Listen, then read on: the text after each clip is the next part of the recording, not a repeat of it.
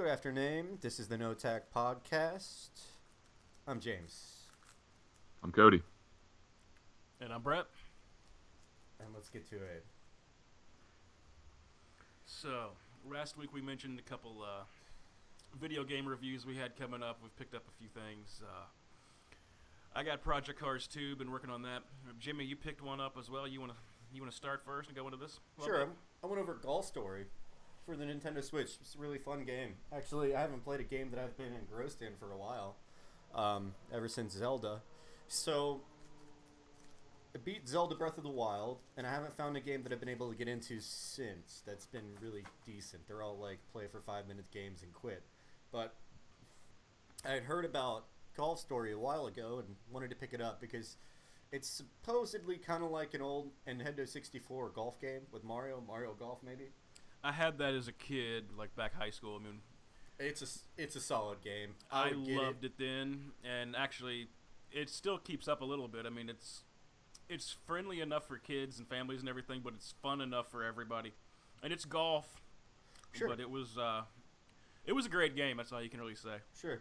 Well, Golf Story is supposed to be similar. I don't know if it's exactly the same. I may be completely way off with that comparison, but I've heard somebody else make that comparison on Reddit. Now, that aside, the game is awesome. It's a top-down, two-dimensional golf game where you have a hit the swing, you wait for the icon to move across the screen, come back, you hit it again, and you send the golf ball downrange. It's a fun game. I hate to say this as a grown-ass man, but it's cute as fuck. Like, it's fun as shit, and it'll make you laugh.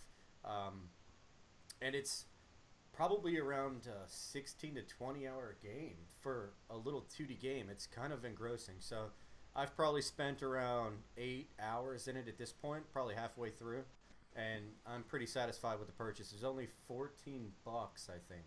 So super big win on my part. Really enjoy it. If you get a chance to check it out, I would definitely check out Golf Story. It's a really good game, and I think that it was the number one on the charts for the Switch with the release. So it's definitely doing well on the eStore. Outside of that, I'm going to kick it over to Brett. I got to shut this window. Yeah, I had ordered a copy of Project Cars 2. Long story short about me, I'm a big racing nut, always have been. I enjoyed the first one. There was some mixed opinions on Project Cars 1. I'm not going to disagree with some of the negative points. There were some bugs, but overall I still really enjoyed the game. For what is essentially a crowd-funded game, it's pretty damn impressive. Well, I kind of feel like Project Cars 1 was a proof of concept. It was just to get them into the genre. It's not like it was never supposed to be a full-fledged game, but I don't know how Project Cars 2 is. You should come over and check it out if you want. I would actually agree with what you said now that I own both. I've had Project Cars 1. I'm playing Project Cars 2 now. It's a lot more refined. I can tell you, first of all, I'm completely happy with my purchase. I spent $52. I pre-ordered it through a online realtor. It was delivered on opening on release day. Plugged it right in, and I've been rocking since. I've done mainly some career work, which I actually wanted to point out that on the first one, one of the negatives was that the career was not that great. I played it there. I enjoyed it. I would agree to the point that once you get to Formula A, which is their version of Formula 1, or a sports car ride, that's kind of it, and there's not a lot left. I still enjoyed the game. Now, I would also say it's great. Cody will back me up here. I think we've logged about, 50 hours hot lapping it. When we hang out, we'll hook up Project Cars and get a Formula 1 car or an Indy car, hit Watkins Glen, and we've gotten a lot of use out of it. And getting back to Project Cars 2, the thing I appreciate is that they took the first one, they've built on it a good bit. The physics are a lot smoother. I'm not going to say they're perfect, but they're very good in my opinion. Not too many bugs. The one thing I will point out, and at least in the career mode, is race director, fuck you. Stop invalidating my laps. If I go, 4 tires off and blow a corner, yeah, that lap's no good. Scratch it. But when some jackass keeps cutting me off and I get 2 little tires off in the dirt to pass him with and then you invalidate it and make me drop back 2 positions. That's bullshit. Wait a minute. So this is for That 2? sucks. On Project Cars 2, yeah, that's my one complaint is that I like the idea that the game tries to police dirty racing. I like that. I think that's a positive because one of my big complaints sometimes is that there's the rammers, there's the people that don't take it seriously and like take joy in disrupting the race, and that drives me crazy. And I like the fact that this game's trying to police that in a way. But at least in the career mode, the race director is really sensitive, and if there's little things that he will invalidate your lap and qualifying and stuff that, I don't think it's legitimate. I think that's setting you up for online play. I don't think, to be honest, I think it's for the campaign, you would think that they would keep something like that a little bit more realistic. To where if you bump over a turn on one tire, you're not making a big mistake, or you see what I'm saying? No, I agree completely. But what it may be doing is that they found that through testing, they can't enforce it with the leeway that they have in single player, and then take lag into account for a multiplayer game. So they just covered their bases. Because if you do things that you would in single player that are allowable, like you're saying, and then you go on for multiplayer, that 1 second or less of lag could completely change that and fuck everything up. I just wanted to mention that as a possibility. I don't know if that makes any sense to you at all, though. It does. Like I said, I don't think that it's a bad idea at all. I actually like the idea of having the race director, and if you're cutting corners and doing dirty shit, it'll punish you, and I like that idea. I just think it's way oversensitive sometimes. So, but I don't want to sit here and bash the game. I mean, bottom line, I like Project Cars 2 a good bit. Very good game. And I'm very happy with my purchase. The car list is pretty strong, huh? It is. I would say it has all the tracks in Project Cars 1 plus some more. It has all the cars in Project Cars 1 plus a whole lot more. More content both ways. But you were mentioning that you can't fix cars up as you could in Forza or Turismo, right? That is correct. And the same as in Project Cars 1, you cannot modify the car. No. It is what you it can. Is what it is. Well, you can modify the settings. Like, you can tune it. Like, when you go to the track, you can mess with suspension settings and stuff. But as far as upgrading engine parts and suspension parts and new, better brakes, no, that does not exist. Sure, you can't take. That's my biggest problem with the game. Bust the brakes off of it with a turbo or or fucking soup up a Subaru or anything like that's what I'm getting. No, you cannot do that. Forza, where you can throw an LS1 into a Miata. Well, we'll get to Forza here in a minute, and that's pretty much changed. If you can, on the new if you can unlock it, Cody. Yeah, but yeah, I'm out of the loop on Forza. I can't wait to hear about that. Yeah, we'll get into Forza 7 here in a minute. But the cars are not. You cannot modify them. The car is it is what it is. Power is what it is. Brakes are what they are. You can adjust the settings. And basically tune your car while you're in testing. Absolutely. That's part of racing. But also keep in mind that the point of Project Cars, it really is a simulator. There's different games that are made with different things in mind. Some are arcade racers. Others are like a simcade where it's some of each. I would say Forza Gran Turismo is like a simcade. Gran Turismo is a little more on the sim side, but you can still modify shit. And then you have Project Cars 2 and Project Cars 1 where it's definitely a simulation. What I mean is this is, it might not be the best game for your 6-year-old kid that's trying to get into racing or something. At that point, they might not understand it.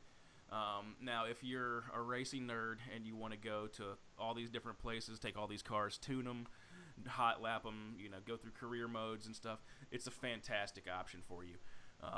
The game's great. Definitely, I would say pick it up, give it a shot, especially with the backlash coming on Forza 7 right now. I can at least tell you that Project Cars 2 is good. It's a good game. It's a good purchase. I will say one thing I think is kind of funny. This has nothing to do with the game. This is more to the community. Online, stop picking only GT3 cars. It's Spa. I love Spa. It is an amazing track. I also love GT3 cars. It's basically the race version of street cars. The Corvettes, the Ferraris, the Aston Martins, all that stuff. It's fantastic. But there's and it's saturated. Basically, what I'm saying is when you go in the lobby trying to find something, you'll have 10 races that are GT3 at Spa and like 5 that are GT3 at Monza, and then you'll have a bunch of other diverse stuff, and nobody's in the lobby and nobody cares. So, come on, people, just add a little spice to your life. Add a little variety. There's GT3 cars are fantastic, but there is more to life than just that. But that, again, that's nothing to do with the game itself. It's just what people are doing, and I guess the counterpoint could be, if that's what the people want, that's what the people want. And maybe I'm a grumpy old man. Seems like whenever me shut and you up played, go we home. stuck with mostly Formula One, and the only real time we mixed it up was just different generations of Formula One. Like sometime we do the late '80s, early '80s, and then twin go with the turbo current suicide cars. suicide cars. Yeah, didn't really mess with street cars much. So tell me about this Forza 7 bullshit. That's what I want to hear about. Yeah, Okay, I'm first. anxious to hear this. Let me go ahead. Full disclosure: I do not have the game personally. I have not played it. I did have a pre-order in. I pulled the pre-order. I'm not saying I'm not buying the game or I'm boycotting it. I'm just taking a wait-and-see approach. That's all. But it appears that the game has been made with microtransactions and been set up more as a free-to-play, pay-to-win type situation. I have something that a summary I found online. I'm going to try to find real quick. The only problem with that summary that you found is it's one guy's opinion with nobody else's opinion stacked to it, and it's a Reddit post, if I'm wrong, right? No, that's correct. This was just one. You're right. This is one guy's opinion. And you have to understand that with this whole new implementation of microtransactions within games, a lot of big publishers do understand that it's not really fair to have a pay to win situation on your game. So what they do is they allow you to advance through time. So what essentially the microtransactions are for are just an advancement in time quickly. So you pay to unlock cars that you could in the regular game. You pay to have them through a lottery system, which is bullshit. That's another situation entirely that I don't agree with. If they're implementing a lottery system like Counter-Strike or Call of Duty or other games where you have loot crates where you spend money to unlock a crate and then that gives you a car, if that car is achievable in-game without spending money, that's fine. And it's part of the tier system where as you level up, you unlock cars and capabilities. If you completely... They're changing the way the game is by implementing that, though. That's what I don't like. I think the only way that they're changing that is by allowing people to pay for cars and hopefully get one that's more advanced or the car that they're hoping for. I wouldn't say that it hurt Counter-Strike as a whole. What I would say is that it hurt consumers with Counter-Strike. And with this situation, I wouldn't say that it may possibly hurt the game because it's essentially something that you can unlock by getting experience points. Essentially this, if you took Call of Duty, and you know how you have a tier system, and you gain rank in Call of Duty, Right. over time, you just put in the fucking work back in the day, and eventually you would get to a tier where you could have the weapon you wanted. And that was through experience alone. If they're implementing the same thing, but sidebarring it with where you can purchase tokens, which you throw toward an unlock box, which may unlock a special car that you cannot get that is more badass than anything, or a car that's in the regular lineup for the tiered progression by purchasing, you're essentially just paying them more money to advance time. That's basically what they've done, from what I understand. Now, in my understanding, there's nothing wrong with that. Just play the game as you normally would. It'll unlock things, maybe at a little bit longer at a normal rate. That's where I disagree. And my reasoning is that Forza 1 to 6 were not set up that way. Like, what you're saying, like, is not a bad system. I'll agree with you that, like, you start with, like in Call of Duty, like, you start with the rusty, crappy AK, and you have to work your way up to better weapons over time. That's fine. I don't have a problem with it. But Forza was never set that way. There was a lot of fun that like I would love when I would get the game, especially early on in the careers where you would have to grind and like you would work for like a Corvette, or you would identify a car that's like 80 grand or 100 grand, and you would have to do all these races and save up money, and then you could unlock that car and take that one car and then go do a bunch of races and start advancing your career, and it was so much fun. And the issue here, I'm not going to go through this guy's whole setting because it's his opinion, but he basically touches and said that they've sort of set it up kind of like a Call of Duty where a lot of stuff's locked and you have to, progressing to it is the idea. It says the issue that seems to be bothering people is that there was ways in all the other Forzas where you could earn more credits and earn more difficulty by doing extra things in the game, and they've completely removed all of that. They're adding in loot crates, which is basically the microtransaction purchase, where you can. There's stuff that was in all the other games that's now been put in loot crates that you have to pay for, and it's not an unlimited bonus; it's limited bonuses. There was also a big discrepancy with the wording on the VIP perk. To be personally honest with you, I'm not a big fan of buying $120, like max daddy packages of pre-order games. I think that's a lot of money to put into it. I'll hold off. That's just my opinion. But there's a lot of people that spend $100 or $120 on this Forza like Ultimate Edition thing, and the reason they did is in the past they would have extra opportunities to basically get credit bonuses and extra shit, and they were unlimited. They didn't change. They say that the wording was really misleading because now in 7 with the Ultimate Edition, it's not unlimited. It's I think like you get 20 or 25 uses and you're done. And if that's how they want to make the game, that's fine. But there was a big outcry as far as the wording and the advertisement of the product being really misleading, to the point that Microsoft has been giving a bunch of refunds, Amazon's been giving a bunch of refunds, I think Steam as well, a lot of the online stuff. There's been a lot of outcry as far as the VIP purchase people that have gotten refunds on it. I'm going to leave out a lot of what the guy says as far as personal opinion, but he goes into that, is that it was a really misleading description of the perk, and then as soon as it was brought to the attention, Turn 10 and Microsoft went into the wording and the descriptions of their game order and changed the whole description, but they never issued an apology or never addressed it. They just changed it.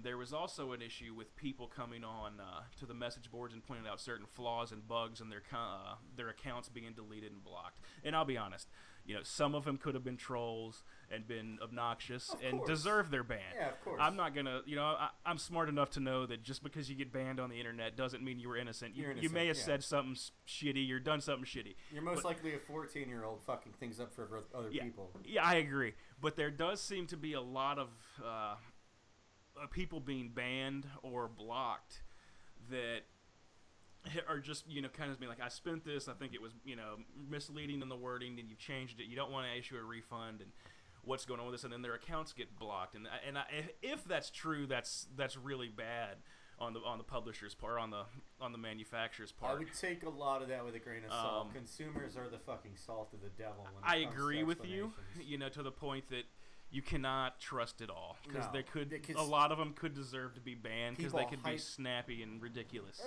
People hype their purchases beyond recognition. Essentially, like, if I purchased a game and I was unhappy with it and I went on Reddit, I'd probably have a pretty good fucking idea to goddamn put in a little bit extra that I fucking wasn't happy with it. And a lot of people take that a little bit too far, and what they'll end up doing is they will what is the word? They will accentuate the fucking truth, which is a lie. They embellish and they make it seem worse than it is. They embellish to the point where it causes rumors, which can't be understood as false. So that's an issue. I think that in short, you could say that there's changes that they made in the game that have altered the approach a little bit, and they were not completely honest. Like, as far as having microtransactions, that's not new news. They were honest about that, and they told people about that. So if you're bitching because it's there, well, that's on you, because they told you like a year ago that it's in the game. So in all fairness, they were honest about it. I think the issue is that people just felt misled, that they've taken the way the game works and added some stuff behind paywalls. They've set it up in a way where while yes you can grind to unlock things, that they make it unnecessarily long or unnecessarily difficult, hoping that you'll buy that loot box to unlock that car. And maybe I'm a grumpy old man and I'm unreasonable, but I don't like that idea of I've bought, for example, I've bought Forza 1, 2, 3, 4, 5, and 6. I also bought Forza Horizon 2, and Forza Horizon 3. To be completely honest with you, I probably will pick this game up at some time. I'm not writing it off. I don't want to say that. I'm not saying, it's never going to happen, or I'm taking a wait and see approach. When it came out, there was a lot of people that were disappointed and felt misled. And it was enough for me to back out of the pre-order. You could also say part of that is because there's 3 games coming out. I mean, you have Project Cars 2 that came out 2 weeks ago. You have Forza 7, which is out now. And you have Gran Turismo, which is coming out about 2 weeks, week and a half, 2 weeks. So you do have a lot. So that was also the reason why I didn't follow through with it. But, we'll let time determine how it goes, see what happens with it. To be honest, I really feel like I feel like I have failed in this situation, because I feel like that I should have done a comprehensive or read a comprehensive review of Forza 7 before this came up, because I feel like what I'm witnessing from you is a lot of discontent without actually playing the game, which is a hard issue for both of us to understand. Now, we also get to see what people post online, and we have to take that with a grain of salt, and we have to take what the developers say with a grain of salt. Hey, Cody, can you hear us? Barely. Okay. Also point out that, people, we've kind of touched already, that when people are upset or a little upset, they can be a little ridiculous online. So you got to take that into account as well, that they could be embellishing a little bit. I was just a little upset by that. It appeared that there was a lot of microtransaction stuff coming into the game, and maybe I'm unreasonable. Maybe that's part of gaming now. Maybe that's kind of how stuff works. I'm out of touch. It could be me. I don't, It is 100% part of games now, and that's really what's kind of the hard thing for me to kind of portray to you is that microtransactions are now a part of the game, and there's nothing that you can do about it at this point. The only thing that we can do is air our discontent and hope that they will change that over time. Microtransactions are a part of the new Battlefront, I guarantee you. I'm sure. The point is that you're paying for advancement through time. You're not paying for anything else. You're paying through advancement through time. The core gameplay should still be there, and should still be there in an adequate way that you can transition through time and still get exactly what you want in regards to the purpose and understanding of the game. Mm-hmm. And I do think that's true at Forza 7. As to what it was, but you're also paying for the new generation to advance the way that they choose to, which is instant gratification. So what you get is you really get a applying of the 2 generations of gaming. You get the people who really want to be a part of the game, like us, and you get the people who want to pay for advancement, get into the higher tier levels, and cars faster, which is understandable, but it's at their peril because it's an auction or a lottery based system. So they could get what they want, but they could also not get what they want, right? That's true. Yeah, and I'll agree with your point there that seems to be how it's going. But like I said, I'm not writing it off. I'm not saying F you Forza 7. I'm just saying take a little wait, see. It just came out to the masses either today or yesterday. So give it a couple weeks, see how it is. And I'll also point out that, your point that you mentioned that the gameplay itself is unchanged, that does appear to be true. Because there are people that are saying, yes, the microtransaction shit's there. Yes, it's bullshit. But as far as, me driving my cars around the track, it's actually pretty badass. I actually do enjoy that part. So it's worth mentioning that as well. Exactly. So, I think we just lost Cody. You just go out again. Hey, Cody. can barely hear you guys. You should turn up your mic, your audio. Well, it seems that we're having technical difficulties with Cody, so let's see here. Skype cannot connect to. I don't care if Skype can't connect to my webcam. I'm just gonna restart Skype, try to pull him back in. Yeah, we'll get Cody going back here in a second. Outside of that, that's really a big issue with modern games is that they seem to be taking on a lot of that microtransaction based stuff. It's not necessary to play the game. Like, at no point did you need to pay to play Counter-Strike. The game is the game it is. You're not going to get better weapons. You're not going to get any different weapons. What you get is skins. Now, if they did something similar for that for Forza 7, I could totally be on board. But if they're... Tell me what you mean by skins, because I know Counter-Strike, but I honestly never played it much, so I'm a little out of touch with it. A skin is just a different coloring of a weapon, so you can get new art for the weapon. So your your weapon looks like it's graffitied and stuff. Okay, that's it though. Yeah, that's it. It doesn't affect the way.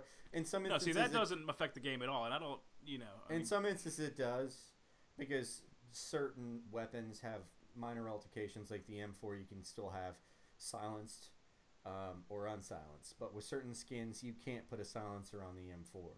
With other skins, you can put a silencer on the M4. It just depends. Okay. It just depends on the gun, but it's a very minor difference, and it doesn't make a huge difference on the gameplay, because when you would use a silencer, you could just use a skin that doesn't require a silencer or the base skin, and you're fine. The gameplay is still the same. I got so you. it doesn't make a huge difference over the mass of the game itself. Makes a little sense. So. And I don't want to shit all over Forza at the end of the day completely. I mean, I've enjoyed everything up to this point. So we'll be hopeful. I will say I'm going to keep rocking some Project Cars 2 right now. I'm pretty excited that finally Gran Turismo Sport comes out in a couple weeks. I'm hopeful that it's awesome. I don't really know. We'll see. I think there's a free demo coming up. I think they're doing like a limited time thing. Like, they'll give you like 20 minutes or something, give you a couple cars and a couple tracks and limited time to just make a few runs to kind of check out the game. And I believe that's October 9th. It starts, so pretty excited about that. Sure. But, so we'll see how that goes. Sure. So how can you hear me, Cody? Yeah, I got you. All right, cool. We're back. We're 100%. Good. All right, cool. Is it still a little bit faint? I'm just curious. No, we're good. We're good now. I don't know what happened. I think it's got to be a dip in bandwidth on your end or my end. Everything's been solid on my end. I don't know how things are your end. Are you wireless? I am, but I'm right next to the router now, so we should be good. That's your problem. That's it right there. You're depending on the whimsy of a wireless connection. So, depending on the whimsy of a wireless connection can throw you off a good bit. And you really, really need to purchase a new camera. Look at you. You look like powder. Straight up powder. It's bad, dude. It's bad. So this room's bright as fuck, too. If you just invest in two things: an Ethernet cable to your goddamn router and a new fucking camera, we'd probably be a lot better off. I just need to hook up the badass router. I've been forgetting about doing that. Well, that might be a good idea, Cody. I forget to do things all the time. I forget to put links on the web, links in the videos and shit. So it's all good. Just eventually, put your penis to work and get the shit done. Outside of that, I don't really know if Forza is a total loss or not. I don't believe it is. I do not think it's a total loss or a total waste, because at the end of the day, the core gaming seems to still be fun and enjoyable. I mean, we could argue the same as for Battlefront, where if you don't get a season pass, you can only essentially play the game for 6 months, and then nobody plays those maps anymore. Or they're in a rotation that requires more maps and you're just not in it. And you get pulled down to this group of like 25 guys who just play the old shit. So it's entirely possible that they're doing that to push people to pay so they can make more money. I would assume that's the main reason they're doing this, is to make money. It has nothing to do with the overall gameplay for the game. This is entirely a reason to make money. I agree. They see a window where they can force people to pay for things or give people the option to pay for things because they're impatient, especially with a racing game. I don't know about you guys, but one of the games that I'm most impatient with is a racing game because it requires patience to learn the car, to learn the track, and learn the capability. And if you don't feel like sitting around for that, for someone who's like me, who just wants to skip to supercars because I really don't feel like fucking taking a Dodge Neon around the track for fucking 3 years, that's something that's appealing to me that I might invest in to say, hey, maybe I can get a second, third, or first tier car. So for me, the microtransaction does kind of make sense because I really don't want to bother with the bullshit, and would rather get onto the faster tracks with the faster cars quicker because I'm terrible at racing a slow car around the track. And Cody and Brett, you know this. Yes. I enjoy racing the Formula or the Le Mans cars way more. I just enjoy it. The performance makes driving the car on complex tracks easier. When you have to take a shitty car around a complex track, that's really where the skill comes in, and that's a dick kicker for a person like me. I don't know about. But see, people like me and Brett, we love the grind of having to work our way up and That's get. what I was gonna say. Is being like, as much as some people can't stand having to take that Neon or that Miata and develop it, me and Cody get off on that shit. Absolutely, dude. And there's something satisfying about it, like just wringing every bit of performance out of this fucking shit box. Well, that's y'all. You know?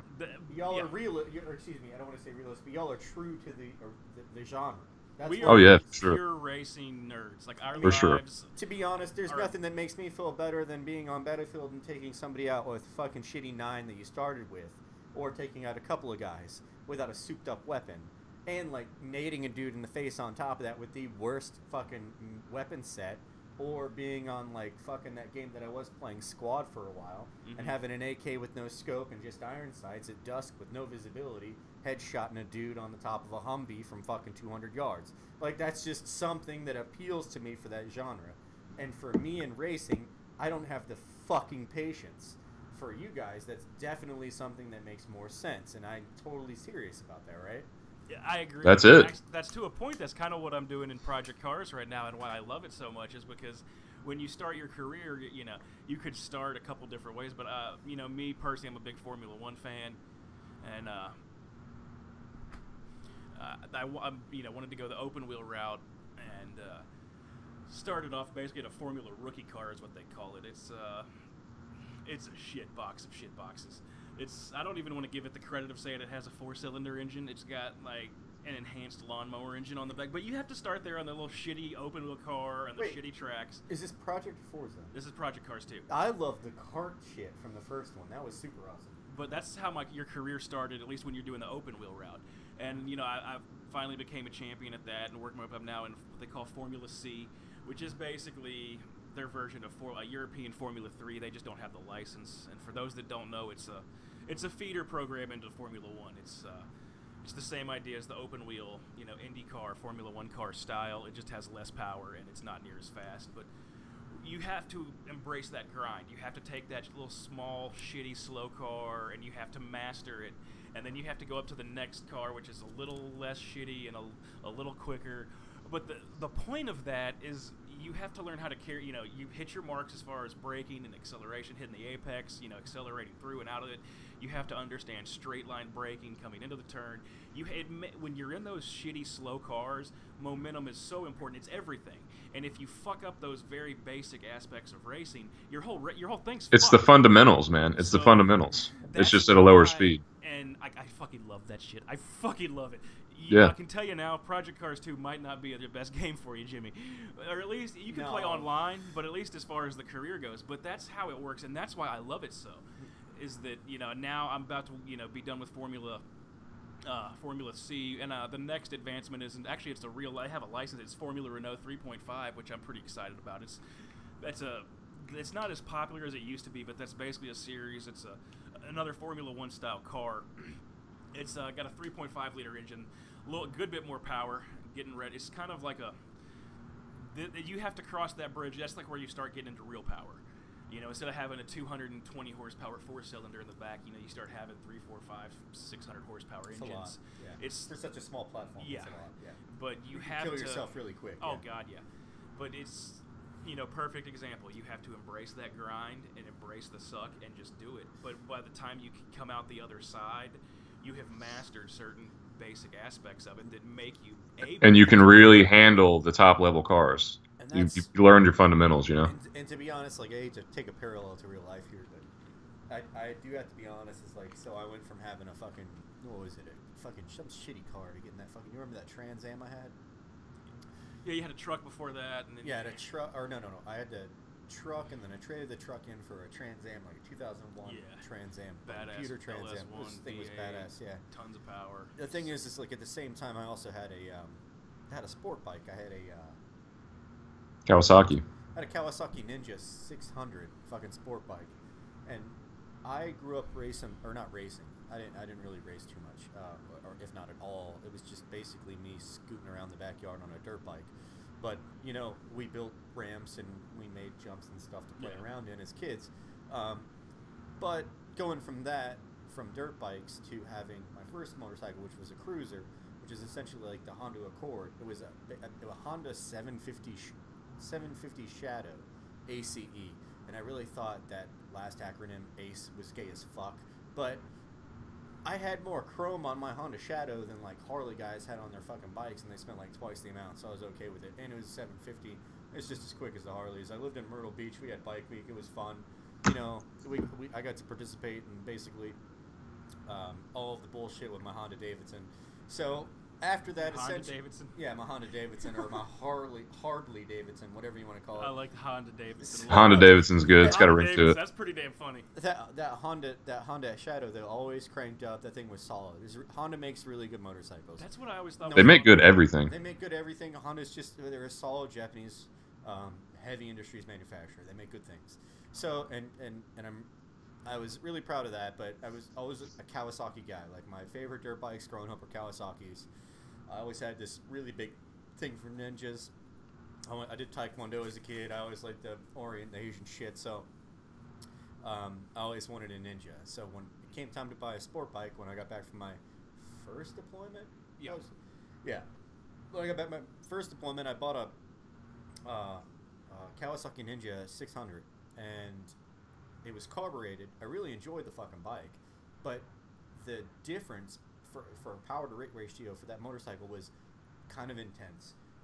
They give you an insane amount of power and torque for such a small platform. So you really have to be able to judge your power, something that you never had to worry about on a cruiser. There's not going to be a moment on a cruiser unless it's a super chop or some fucking badass chopper or motorcycle like cruiser with like a car engine, which they do make. But where you have an immense amount of torque and it'll lift up the front end of a fucking cruiser, which is, I don't even know how the fuck you do that, like gravity, and God forbids that. But with that fucking Kawasaki Ninja, it was as easy as just pulling the throttle too much. So I learned a lot about speed and brake control and cornering and just essentially being a better driver with a motorcycle by having a vehicle that could fucking kill me, and it could kill me and any fucking moment. Like, it was an extremely powerful engine for such a small platform.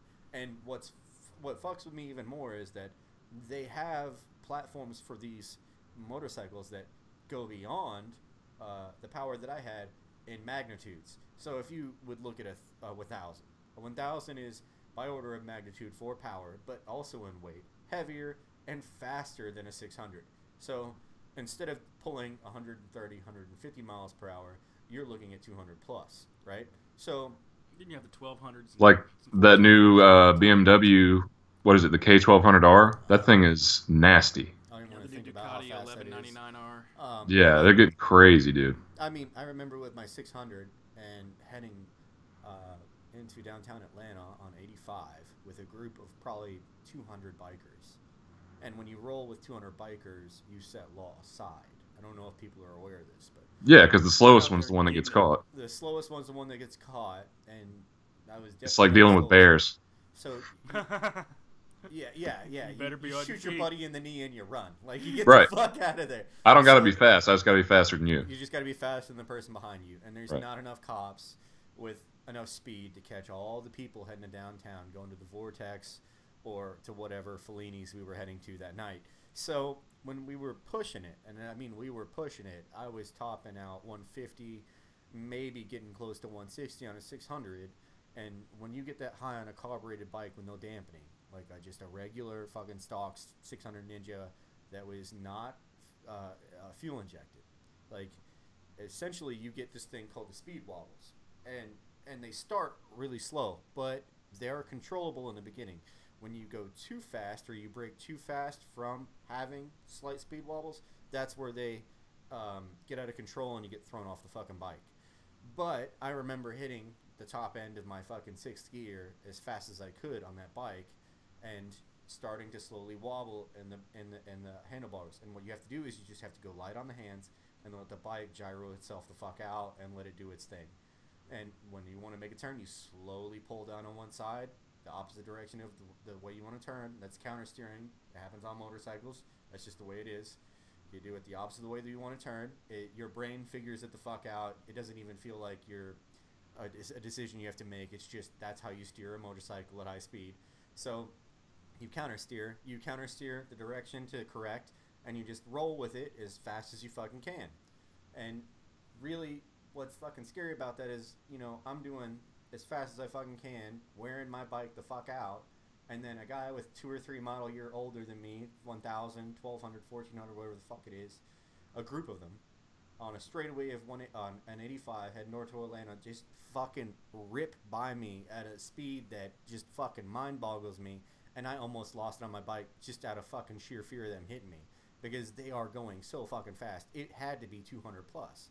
So these 1000s are just as light as my bike, if not lighter or just a little bit heavier. Carry just as much fuel, so wet weight is just the same, similar, right?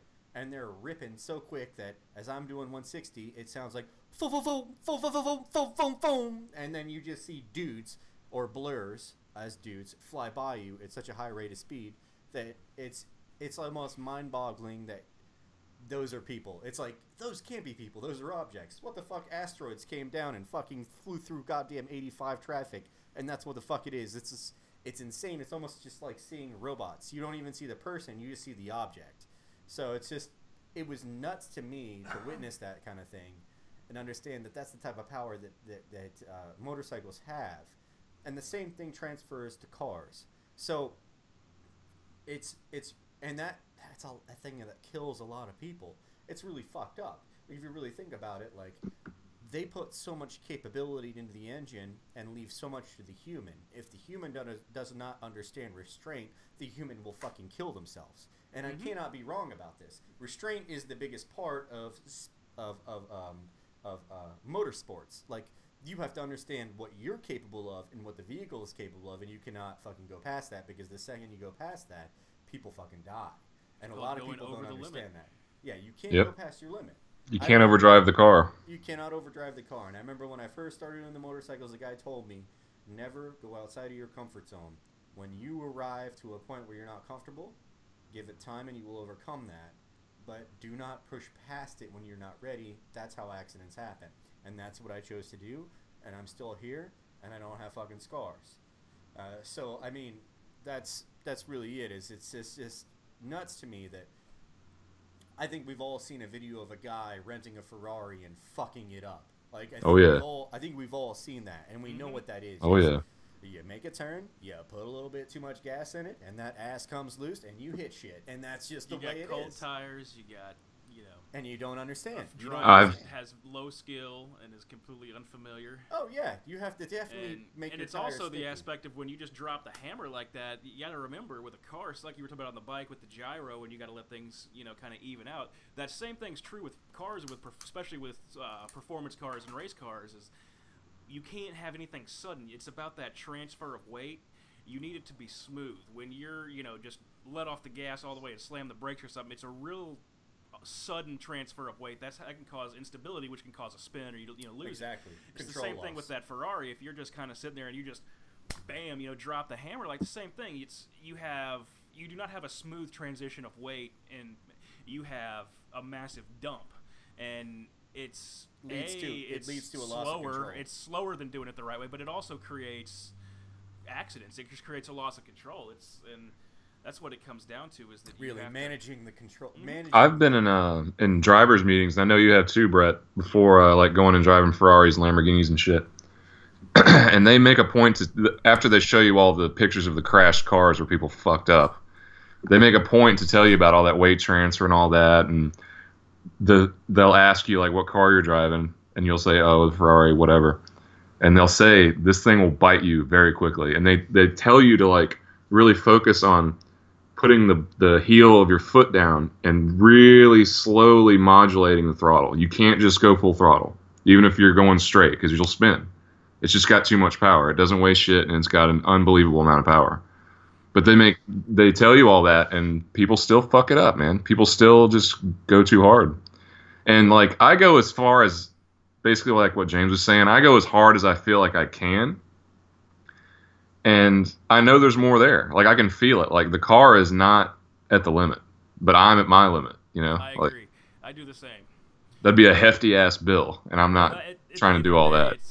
You know, that's the point. It's like that's a $200,000, $300,000 car. I mean, yes, you have insurance and stuff, but it's but it's a hefty deductible. That ain't gonna cover everything. You know, it's a massive deductible, and there's plan maximums on those. I mean, the contracts are pretty simple. And so you have to have an element of caution. But no, he's right.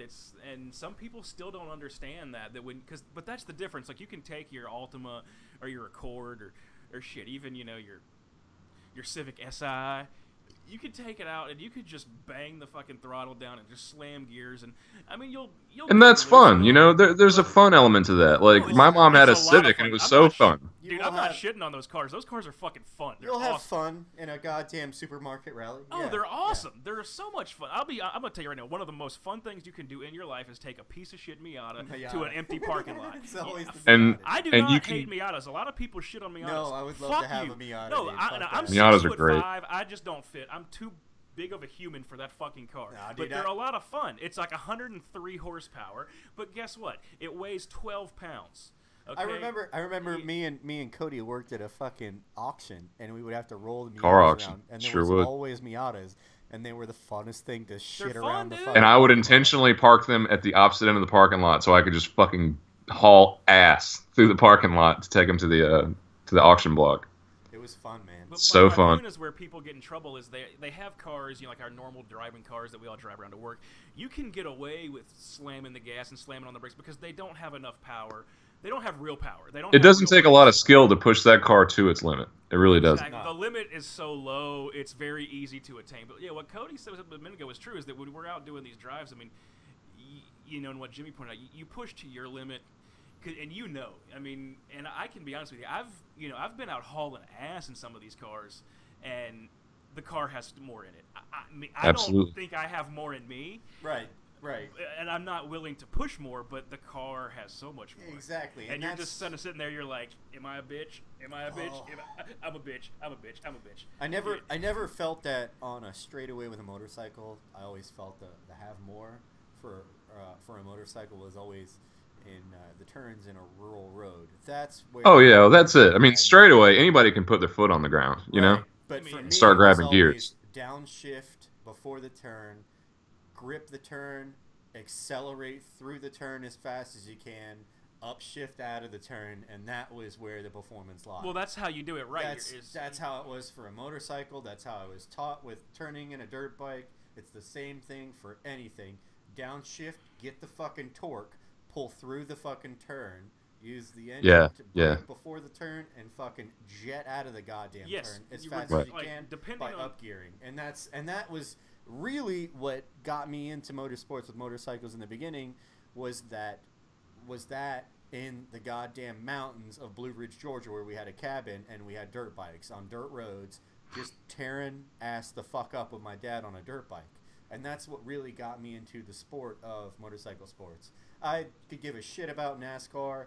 I think Formula 1 is amazing. Formula E is amazing, but I just never got the pull in NASCAR. I think it's an amazing sport, but it's similar to football to me. It's almost like a foreign entity to me. But I do respect it. I do understand that it's difficult. I respect it. I'm just not entertained by it for some reason. I agree with Cody. I mean, yeah, exactly. I'm not entertained by it. And I'll be honest, I'm a perfect example. We live in the South, and I'm a motorsports nut. I don't really watch NASCAR anymore. You know, as I grew up through the 90s and 2000s, I actually used to watch a ton of NASCAR. I hate to say it, but I don't know if I changed or it changed, but it's different now, and the appeal is a lot less. I don't think NASCAR changed too much. I think it just got way. I think you grew out of it. Yeah, like pro But wrestling. when you've got stuff out there like MotoGP, for instance, that shit is amazing. Yes. And then you've got Formula One and the Isle of Man race. I wish that they did that every weekend. That is the shit. Their game up too. We used to shit on Formula E, but they're coming. It's the future, man. As sad as it is, it's the future. It's not sad. It's not sad. Do you know the amount of torque that you get out of an electric engine? Man, I get it. I get it. Way more performance out of an electric engine that you do for a gas engine because it's not inhibited by the capability of the engine itself. It just doesn't have that. I don't know, the sound of a internal combustion engine, you know? Dude, it's calculators versus smartphones, dude. Like, you have to understand that the complexity of brushless motors, of electric motors, have come so far that we are only in the infancy of it. We are only. I know. It's the future. There's no fighting it. Can you imagine? There's no fighting it. Years from now, how burly these brushless fucking motors are going to be, that you can fucking pull out some. I mean, I've seen dudes take fucking electric dirt bikes out on a motocross match with regular motocross motorcycles, and the torque that the electric engine can provide pushes them over the torque. It's constant torque, uninhibited by RPMs or gears. So that constant pull will give anybody with an electric motor the edge in regards to motocross. Like, I've seen it. I've seen videos with it. The shit is outstanding. Now, the thing that I do understand is that Formula One has implemented that electricity into their cars to allow them torque for no other reason that I can imagine to pull out of turns. Like about Formula One or Formula E?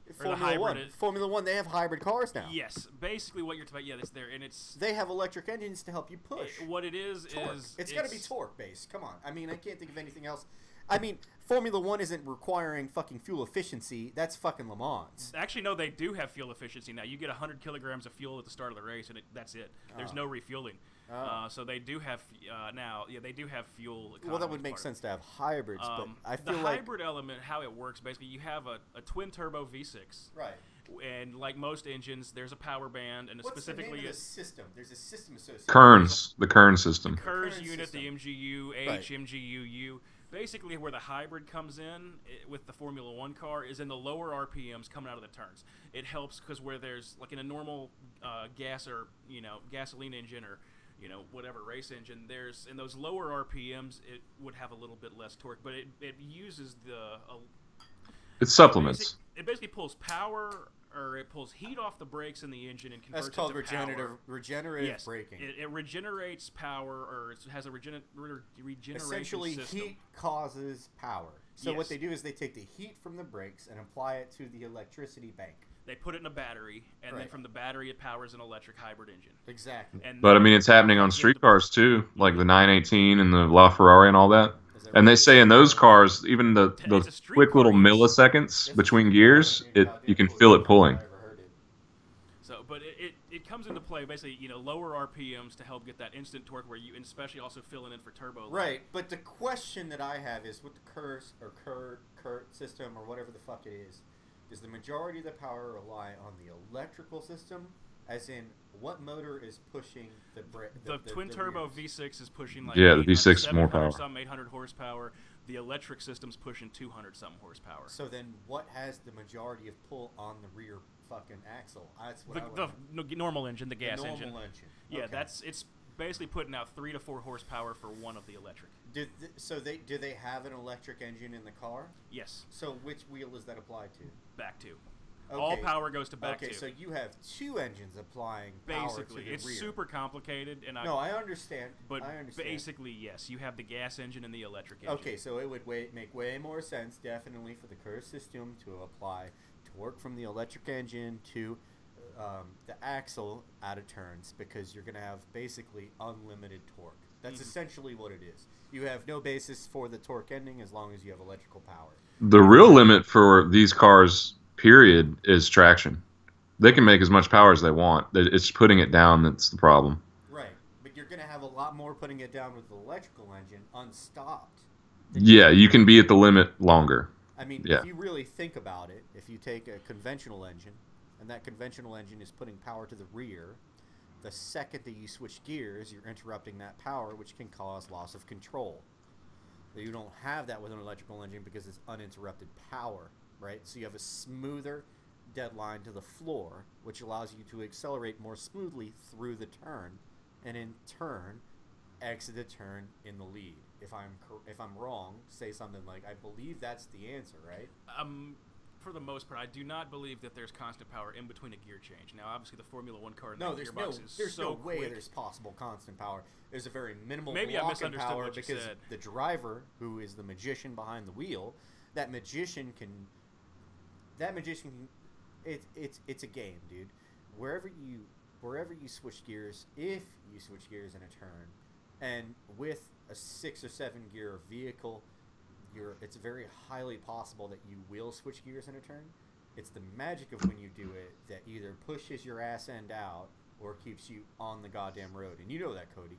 You know that fucking dead well. You got to do it right and with the right amount of power. There is going to be a time where you aren't geared down and can accelerate fully through a turn, and you have to switch gears. I think what a big part of it is too is these are turboed engines, and it helps fight the lag. Well, that was what I was going to get into. There's also something really fucking cool to do with turbo lag. So this is there's no more turbo system. lag. Remember that electric engine that puts out like 200-something horsepower? I don't know if it's part of that or a separate engine, but basically they have electric engines hooked up to these turbos to keep them spooled. So normally, like on a normal turbo setup, when you're coming off the, starting to hit the gas, it takes a second to get the turbo spooled to get that power kicked in. On these Formula One cars, fuck no. No, they have an electric engine spooling the turbo, so it eliminates low RPM turbo lag. So what the electric engine does is essentially it buffers the turbo, is what it does. It makes everything better. So what an electric... My understanding of it is it's not spinning the turbos. That's done by exhaust gas. Right. But the buffer for the turbo for me would be a goddamn flywheel that pushes the turbo and keeps it constantly spinning. Well, what it is, my understanding of it at least, is that it just makes it easier and puts less strain on the motor to gain RPMs. And once the RPMs are there and it hits boost, does it do that? Because you didn't. It drives the back wheels. It's a multi-billion-dollar Formula One car. It drives the back wheels. And it takes the workload off the engine so it can rev faster. So explain to me how an electrical engine can provide back pressure for a turbo. It's not back pressure. Back pressure. It just provides power to help it spool. Yeah, it provides supplemental power to help the engine spool up faster. I don't know exactly how it works. See, this is the thing. They won't tell us. No, yeah, that's why do you what think I'm getting Ferrari at, was because shitting neither bricks of when you that have the picture came out? capability to tell me how the electrical engine keeps the turbo spooled. We don't know. No, it doesn't keep the turbo spooled. It helps supplement power so that the motor doesn't have to work as hard to gain RPMs. And so then once the RPMs do go up, then the turbo starts spooling and it hits boosts and you're good. Okay, so what you're telling me is that what the electrical engine does is it works alongside of the regular engine. Yes. That's my understanding. Speed. And by doing that, it gives the regular engine a brake. Exactly. And that brake can be applied to the back pressure for the turbo. Yeah. And I'm guessing that allows them to run a higher boost because they don't have to worry as much about the lag. So that's how they're getting that much power out of these small displacement engines, because they're really not very big displacement to get that kind of power. It's kind of crazy. So then essentially you're putting more on the electrical engine for the low speed. Yes. And then you're putting more on the turbo and the engine for the high speed, and that's why you can run a high boost, because the turbo never operates under anything that would be considered a high boost, because everything that's being taken care of underneath that is by the electrical and engine mix. Correct? It's a 3-part hybrid system is what it sounds like to me. You have the turbo, the engine, and the electrical engine. The electrical engine works with the engine works with the turbo. Correct? Right. Okay, that's pretty solid as a 3-tier power system. That's pretty badass. It's pretty sick. The technology's fucking amazing. Well, the what's crazy to me is expensive that and it's crazy. At the end of the day, if it wasn't the fastest possible way to do it, Formula One wouldn't do it. Well, of course, but they're also constrained, and I understand that one of the things that I do want to point out is that there is a computer controlling all of this to a massive scale. This is no longer just Well, that's just how they regular sandbag fucking now. racing. It's computing. That's That's why they have testers, and that's why they have test runs, and that's why they have guys who set the cars up before the big ass racer steps in the goddamn seat. Not right? much anymore. They actually would, and an element to cut costs. There's a lot of fuck ups, which welcome to F1. But the testing time's really been limited. As far as in-car time, the reserve drivers almost never drive now. Almost everything they do is on a simulator. Right, but there's also a tester setting it up for them to give them parameters for the simulator. No, as far as in the simulator, yes, the reserve drivers, the test drivers, they'll do a ton of sim time. Absolutely. But as far as real seat time in the cars, it's rare. You know, the reserve driver might get 2 or 3, 4 sessions a year. So essentially what you're telling me is they've got it to a point where field testing is no longer needed because...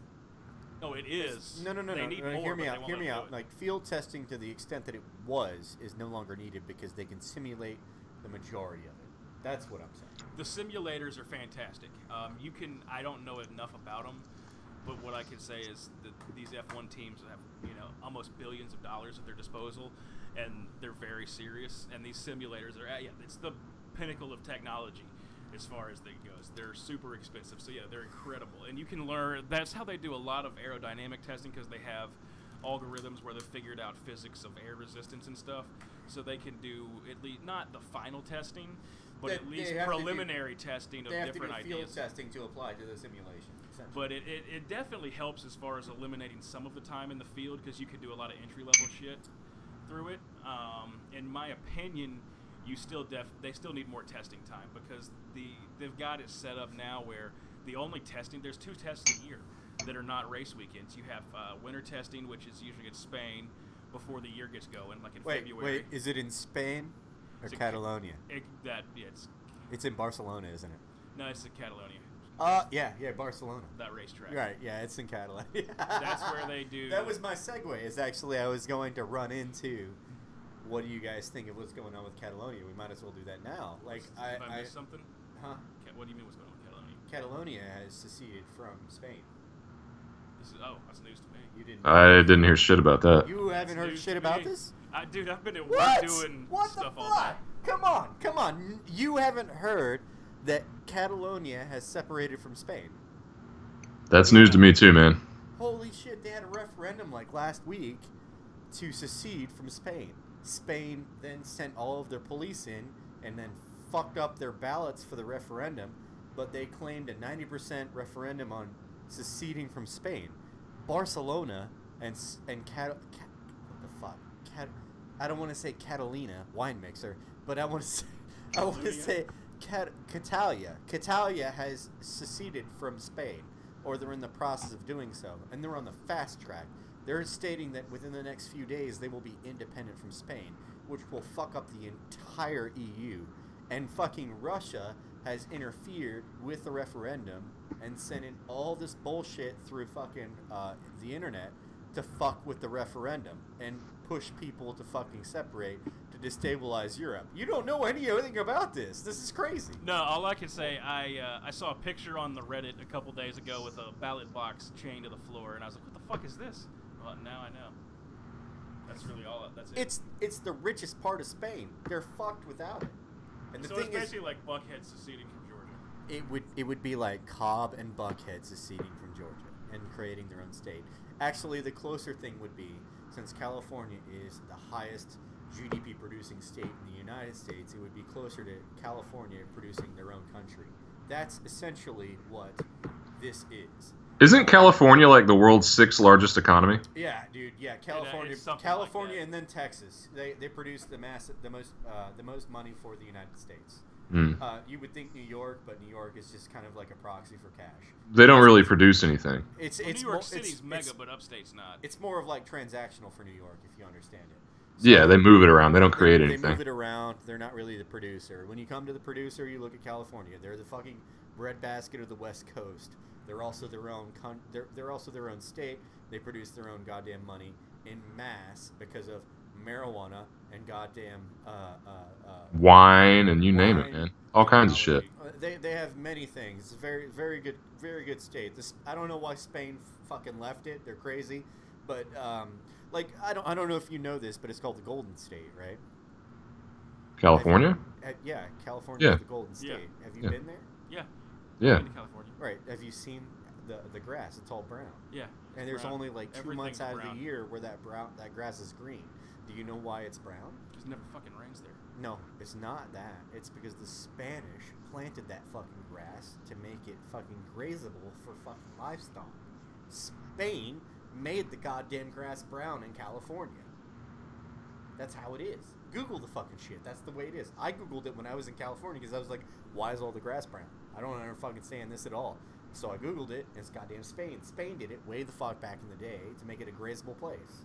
James, you know a lot about Spain. I know a lot about A Spain. disproportionate amount. Well, it's kind of like a culmination, but, you know, from my time in California, which has amazing sushi in fucking San Francisco, by the way, and, like, some of the best oysters I've ever fucking had. Lake Tahoe is one of the most beautiful things I've ever seen. Oh, It's Tahoe. unbelievable. Tahoe's amazing. That's a beautiful place. I love Tahoe. Went to a wedding there. It's really awesome. Went with the girl. It was really great. Should make anybody have any medical issues? What do you mean? Oh, no. Did not experience it while I was there. We won't go there. I did meet this German guy named Peter who got me drunk as fuck, though. Peter had, like, craft beer on tap. Fucking Like, Germans and the beer, man. Nah, man. He got me straight shithoused. We stayed up till, like, 4 in the morning drinking beer, toe-to-toe. And that dude had some significant goddamn political views that I didn't understand. And he had to explain them to me about, like, because he's from Germany, I had to understand them. He explained them to me. And the dude was a real eye-opener. I'm not going to lie. Like, he taught me a lot of things. And I went to sleep, got, like, 2 hours of sleep, woke up. This dude had, like, I don't know if you know who the company Illy is. Illy makes espresso. Illy has their own espresso maker. He had, like, a fucking $1,500 Illy espresso maker. He made us espresso. He woke me up. He's like, "Good morning, James." And I'm like, I can't deal with you. Fuck off. Like, This is at a wedding? This was before the wedding, just hanging out at his house with him, his wife, and his kid. Like, the German guy was on the balls. He had a sister. His sister, and here's where it got weird. Like, they were talking about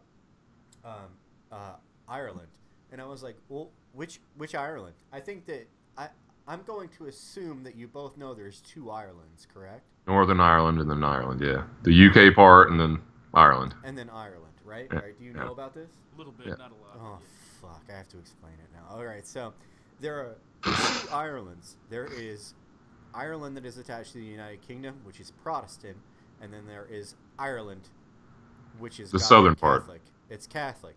Yeah. And you had this thing, which was basically you had this war throughout the late 80s, early 90s, and that continues today between the Protestants and the Catholics in Ireland. And it stems from the goddamn browncoats, or the English in Northern Ireland, persecuting the Catholics, and then basically having a colony of Protestants that lived in North Ireland. So North Ireland and fucking Ireland fucking hate each other, and they are always on the cusp of basically a civil war. So when I brought this up in a trivia game, that's what it was. People were like, "What do you mean, which Ireland? There's only one Ireland." And I was like, "There's only one Ireland if you're a fucking idiot. Like, who the fuck do you think I'm an idiot because I'm from fucking Georgia across the United States? Like, I understand that there's 2 goddamn Irelands for a very fucking significant reason. Thank you, First Rainbow Six, for teaching me about the IRA. Fuck yeah. That's where I learned about Fuck the yeah. IRA. Me too. That's it, man. Like, the first Rainbow Six taught me about the Irish Republican Army, and not only that, the AR-180 or AR-18, which is the mass-produced version of the AR-15, which never happened, which the Irish Republican Army preferred in combat. So, like, I know a lot of bullshit about this. So fuck you. Yeah, there are 2 Irelands. And don't give me no shit. So fucking. We're not giving you shit, Jimmy. No, Calm you, down. The people in California. So they were giving me goddamn shit, and I was like, what the fuck? How do you not know there's 2 Irelands? And the German girl, who I was expecting, based off of my understanding that European history and European education is higher, when I told her there were 2 Irelands, she defaulted to the California response, which was, how the fuck are there 2 Irelands? And I was highly confused. And then me and Peter stayed up for like the next 6 hours until like 3 in the morning and talked about the politics of fucking Ireland. Like it was pretty amazing. But what the fuck were you even talking about in the beginning? I feel like we started about the Spanish Spain thing. and Catalonia. Yeah. So essentially, the Spanish are trying to gain the Catalonian Spanish are trying to gain independence based off of their language because there are 5 Romance languages. I didn't know if you're aware of this. You know the 5 Romance languages, Cody? Yeah. Well, I've used to at least. It's like French, Spanish, Italian. So you got 3. I know what you're talking about. Yeah. I'm guessing German is not on this list. No, it's Fuck not. no. German, Fuck no. Germanic. The five are French, Spanish, German, Portuguese, Romanian. Oh no, there's 6, and Catalan. Catalan is one of those. So did I say German? You said Germany and you confused the shit out of me. There's nothing romantic about German. No, that's Germanic. Excuse me, I apologize. I'm retarded and I've been drinking beer. So it's French, Spanish, Italian, Catalan, Portuguese. And the 6th one is Romanian. That is Romanian. Romanian is the original because it's the Romance language, which is Romanian. So it's 6. The thing that's really weird is that there's another one that's kind of a mix, and it's called. It's like. It's Romanish. No, or it's Romansh.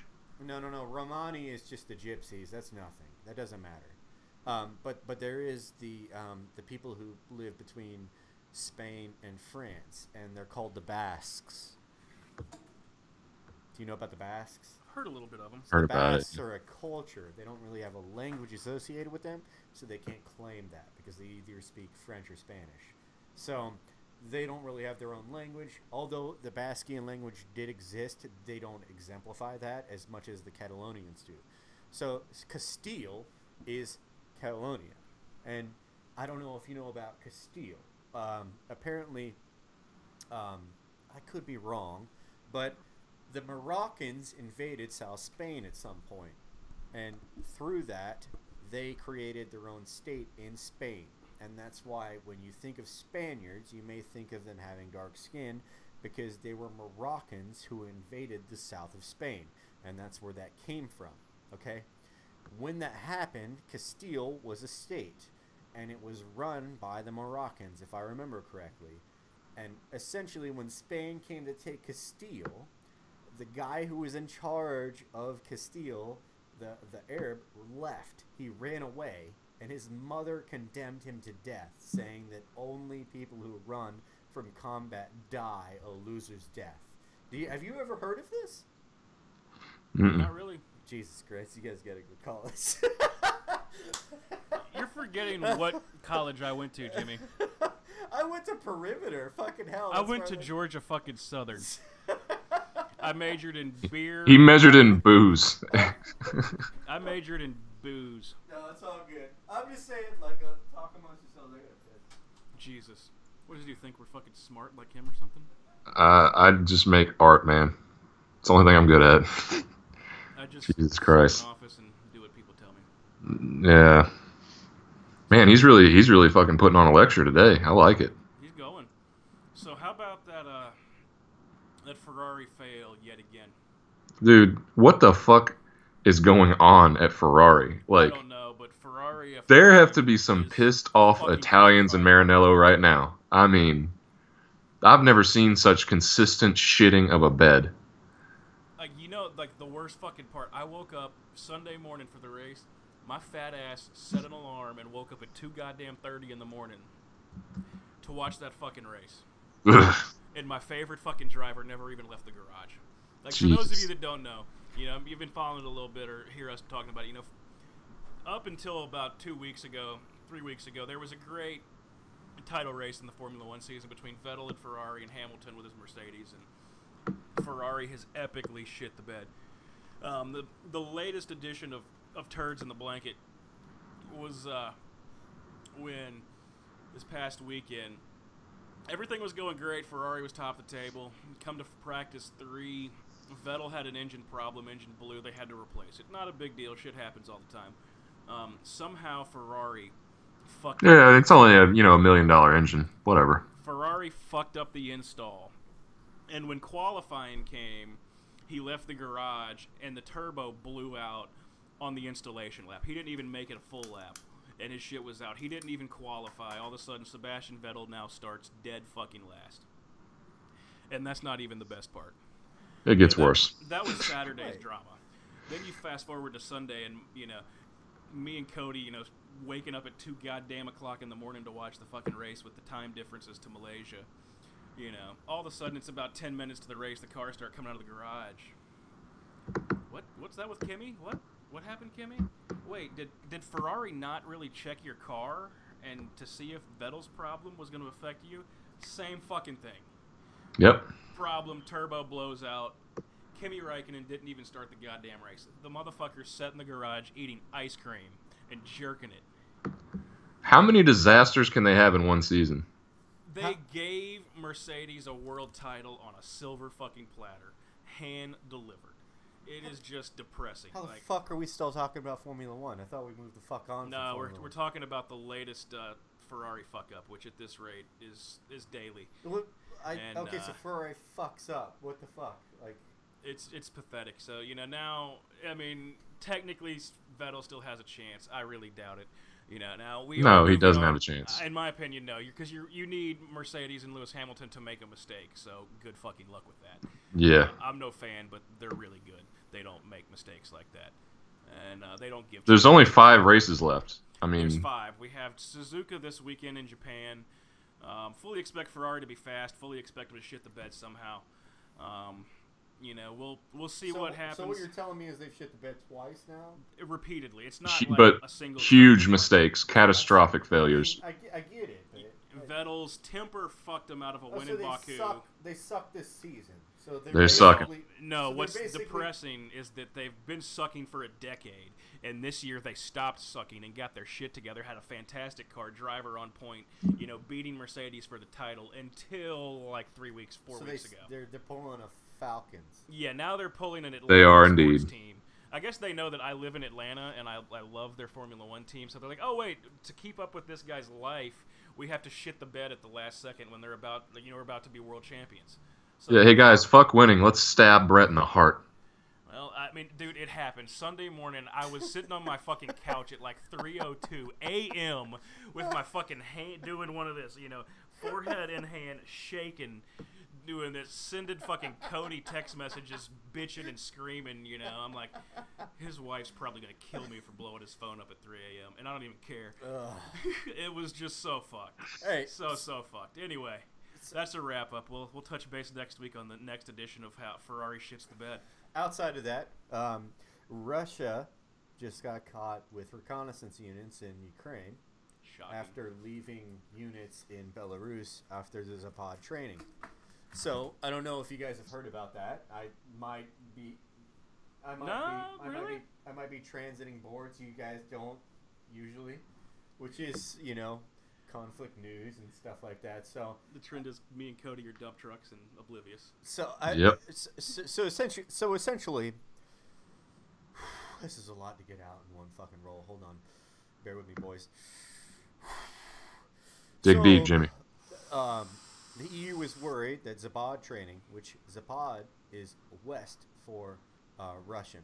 So West 2017 or Zapad 2017 training is essentially a show of force towards NATO to show that Russia and their combined nations are strong and do not fuck with them. And everybody feared that possibly Zapad would be a platform by which Russia utilized their power to basically store troops in another country, and the country name is Belarus. Belarus borders Russia, Poland, and Ukraine. So by storing troops in Belarus, you basically take them off the marker. You say, hey, okay, so training's over with, forget about this, we'll wait 2 or 3 weeks, and don't think of anything about it. So what the Russians did is they sent some troops into Belarus, and Russia has, I think, 3 or 4 bases in Belarus. So you have this now extant piece of Russian military hanging out in Belarus. So why does Russia have excellent military hanging out in Belarus? And then today, Ukrainian forces caught Russian military in Ukrainians in the Ukraine's uniform, conducting reconnaissance drills just outside of their fixed positions. So this could lead to a possible offensive in the Ukraine. I'm not sure how it'll roll from this point forward. Everything seems to happen really slow with Russia until it happens really quickly.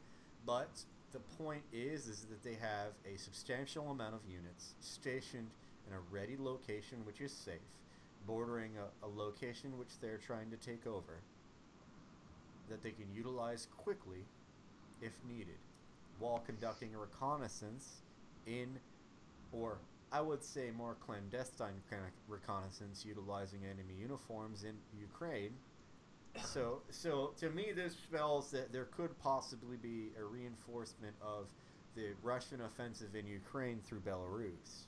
That's essentially the understanding that I have at this point. I don't know how y'all feel about that, but that could definitely destabilize things in Northern Europe. Definitely does not sound good. It's not ideal. It sounds like there's some fuckery going on and some how do you word it? Some decisions being made to try to position things in a certain way without admitting it. You know, this is what I live on. Is like being ex-infantry. Like I enjoy. I don't want to say enjoy. I emphatically try to follow things that I would see as tactically leading to a possible offensive. Now, what's really been weird, and another thing that I found out recently is that even though Russia claims to have not sent troops into Ukraine, remember way back in the day, Russia said, it's not even that far back in the day, they basically said that we're sending, like, troops are choosing to go on vacation and then fight for Russia in Ukraine. You remember this? Like in the Donbass? They were essentially saying that these guys were on vacation, and if they choose to fight, we can't do anything about it. Do you remember them saying this? I remember hearing something about it. Vaguely, yeah. Apparently, there has been a huge influx in medals distributed to Russian infantry and other units within Ukraine, and it's been proven with 95% accuracy that the soldiers being distributed these medals for valor, medals for courage, medals for combat in Ukraine, that they now have a huge understanding that the people who were going on mission to fight in Ukraine were going on clandestine missions. So essentially, these were still Russian troops posing as mercenaries fighting in Ukraine as separatists. So you have that going on associated with the leftover troops in Belarus, who could possibly affect Ukraine. And I kind of feel like there's a flashpoint here. A flashpoint that the West will entirely miss. We won't do fucking anything about it. Europe will not do anything the fuck about it because Ukraine is not a part of NATO. So at what point does NATO decide to get the fucking shit together and then band together against fucking Russia? When Russia is also influencing destabilization of Europe itself through, remember when Macron was going through the votes for leadership in France, and then you also have the Catalonian referendum being pushed by Russian fucking hackers. Like, you have to understand at some point that Russia is using all means possible to destabilize any enemy that they have.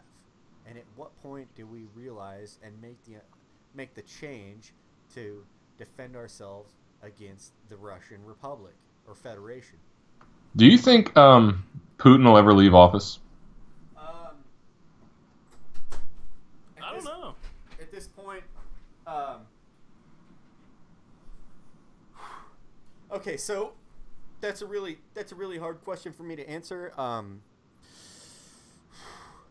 He came up in a very specific way, and the way that he came up is that another Russian leader essentially pruned him and ensured that he was prepared to take over for Russia as a leader. Correct? Like, that's the way it happened. What was the fucking guy's name? I can never remember the leader before. Medvedev? No. Medvedev is a puppet. He's just Putin light. Hold on, I'll get it here in a second.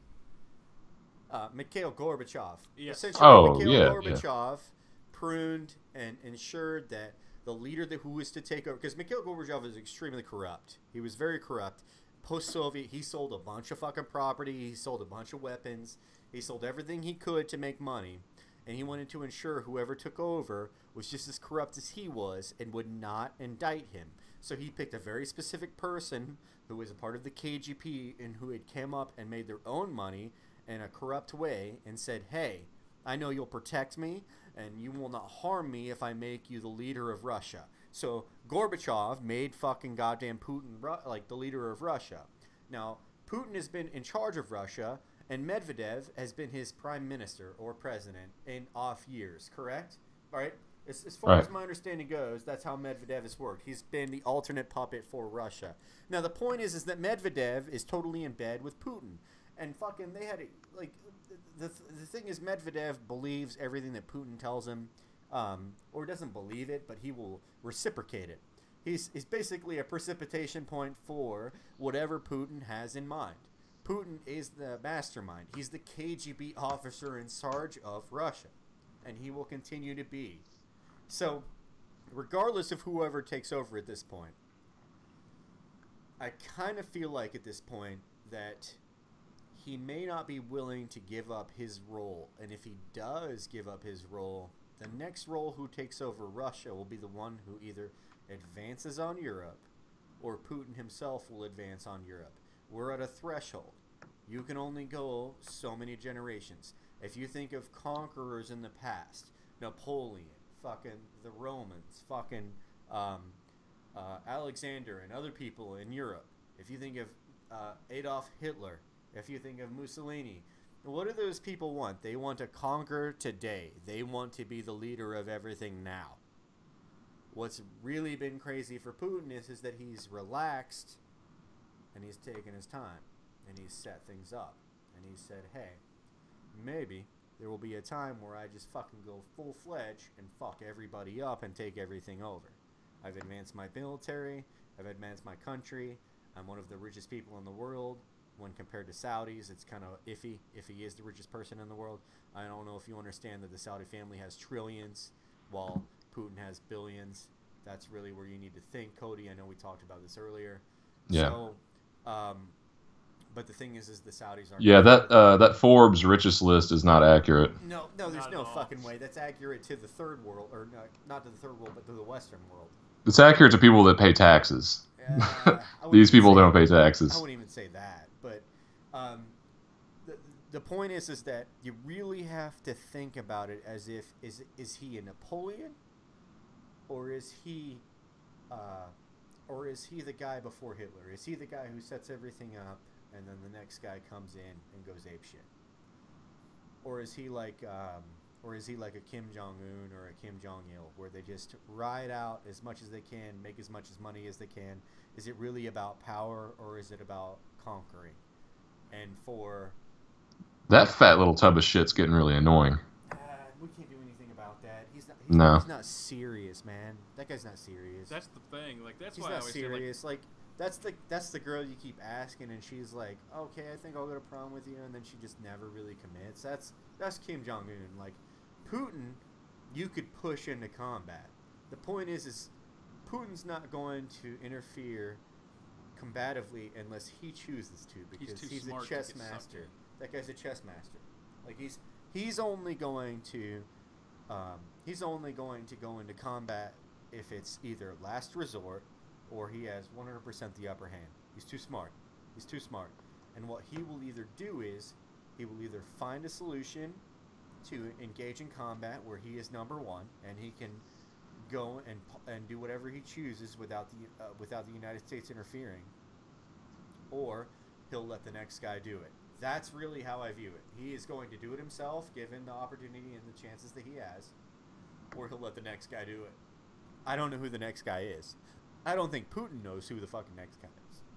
But the secession of oligarchy in Russia is not over, and he has to pick somebody. and he doesn't have a son old enough.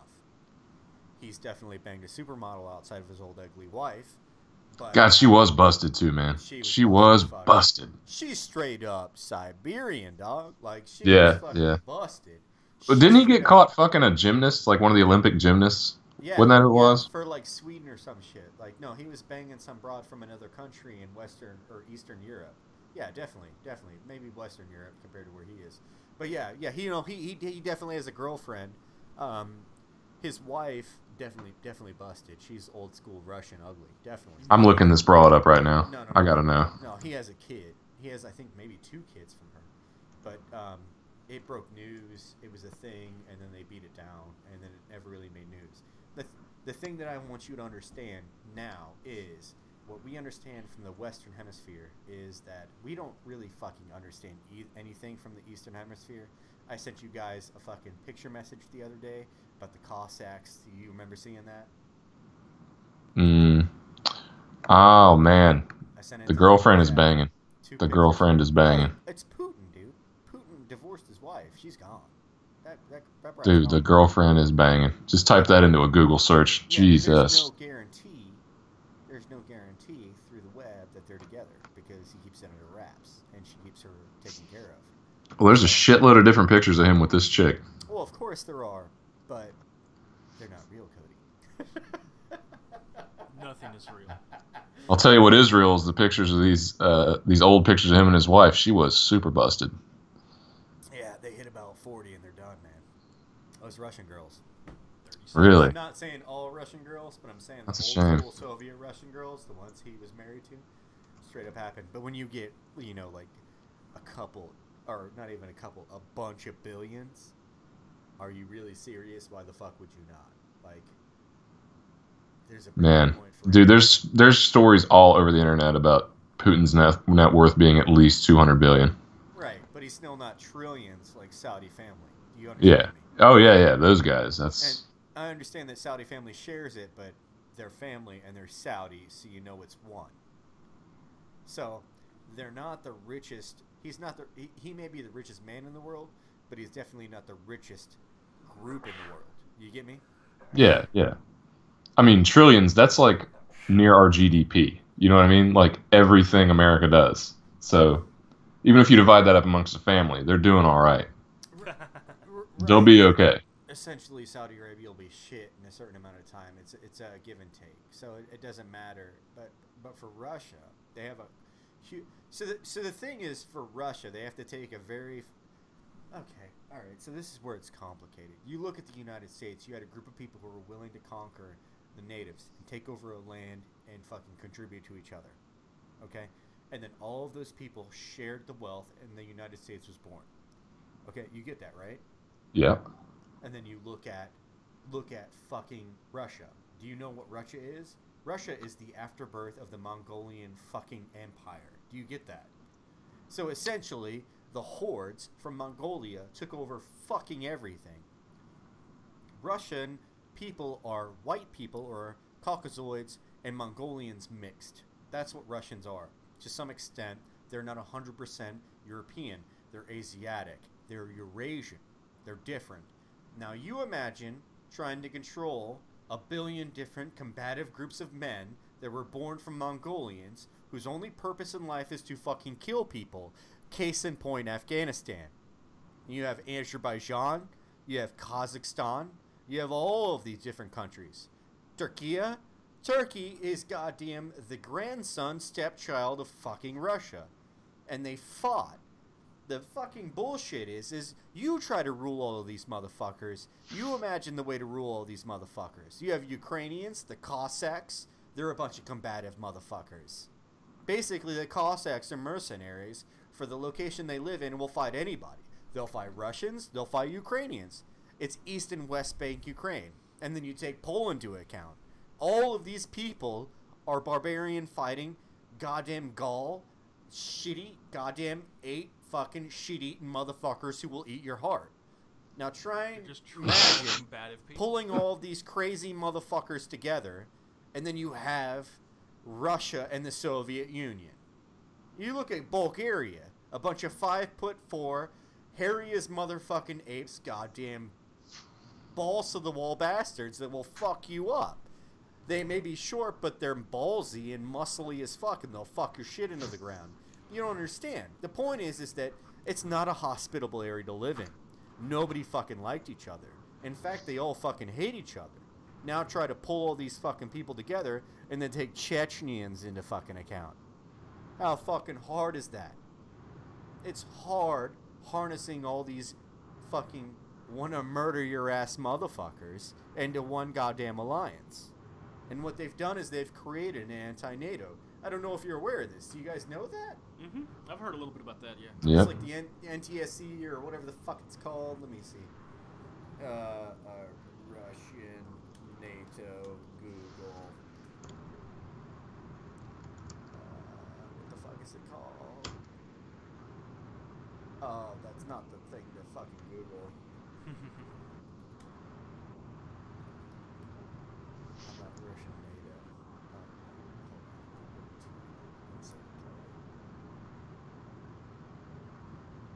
Oh, that's terrible. That just pulled up a bunch of NATO responses. The point is that as much as we think that we have control of the West, and we understand is Russia, this civilized nation, that the West is this civilized nation that we have control of, that we have control of ourselves, and that the EU can produce any military power needed. And then you look at Russia, and then they have Belarus and Kazakhstan and all these other countries are a part of their group that contributed as a pod that are in defiance of NATO, that are our eternal enemy, and those motherfuckers are bloodthirsty fucking killers, and they've trained from the time that they were kids to adults to fight us, just as we've trained as Americans, and we've gone to, boot or basic, and we've trained to fight them. That in a moment's notice we can drop all that bullshit and just be happy. There's no fucking way. So, like, at what point do we fucking really just fucking roll head, arms, and shoulders into each other and fucking kill each other because of our differences? Because we have a Eurasiatic group, we have a Western Europe group. What the fuck is the point where we decide to be friends or we decide to be enemies? This is what's fucking scary to me, is that people don't understand is that we have NATO and we have the UN, but they also have their own fucking shit. They have the Eurasiatic Union. We have the European Union. We have the United States. We have England, or the UK. They have the Eurasiatic Union. They have their own economic ties. They have their own countries. They have their own militaries who all combine and work together based off of Russian shit. The Soviet Union never truly died. It's not the Soviet Union anymore, but it is a compact or group of ex-Soviet states that work together. And at what point do we really understand them? I mean, you have to I still don't think we completely understand them. I don't think there's any way we can, because the Germans tried to fucking them up, they died. Napoleon tried to fuck them up, they died. The First Reich tried to fuck them up, they died. Who the fuck can screw with Russia on any terms? And then you look at the United States. Anybody who's tried to fuck us up, we have fucked them up. War of 1812, Louisiana. We used fucking goddamn homesteaders and goddamn pioneers for our army, and we destroyed the British. They burned down our capital, we fucked them up. Civil War, or excuse me, Revolutionary War. That battlefield is less than a mile from me right now. The way the crow flies. Like we will always, and that's the thing is, like, and it's understandable that Russia and the United States see each other as emphatic enemies, because you know as well as I do, we will fuck them up and they will fuck us up. Like, we are equals in understanding, in intelligence, in technology, in capability, and you know that. What right? would be left if?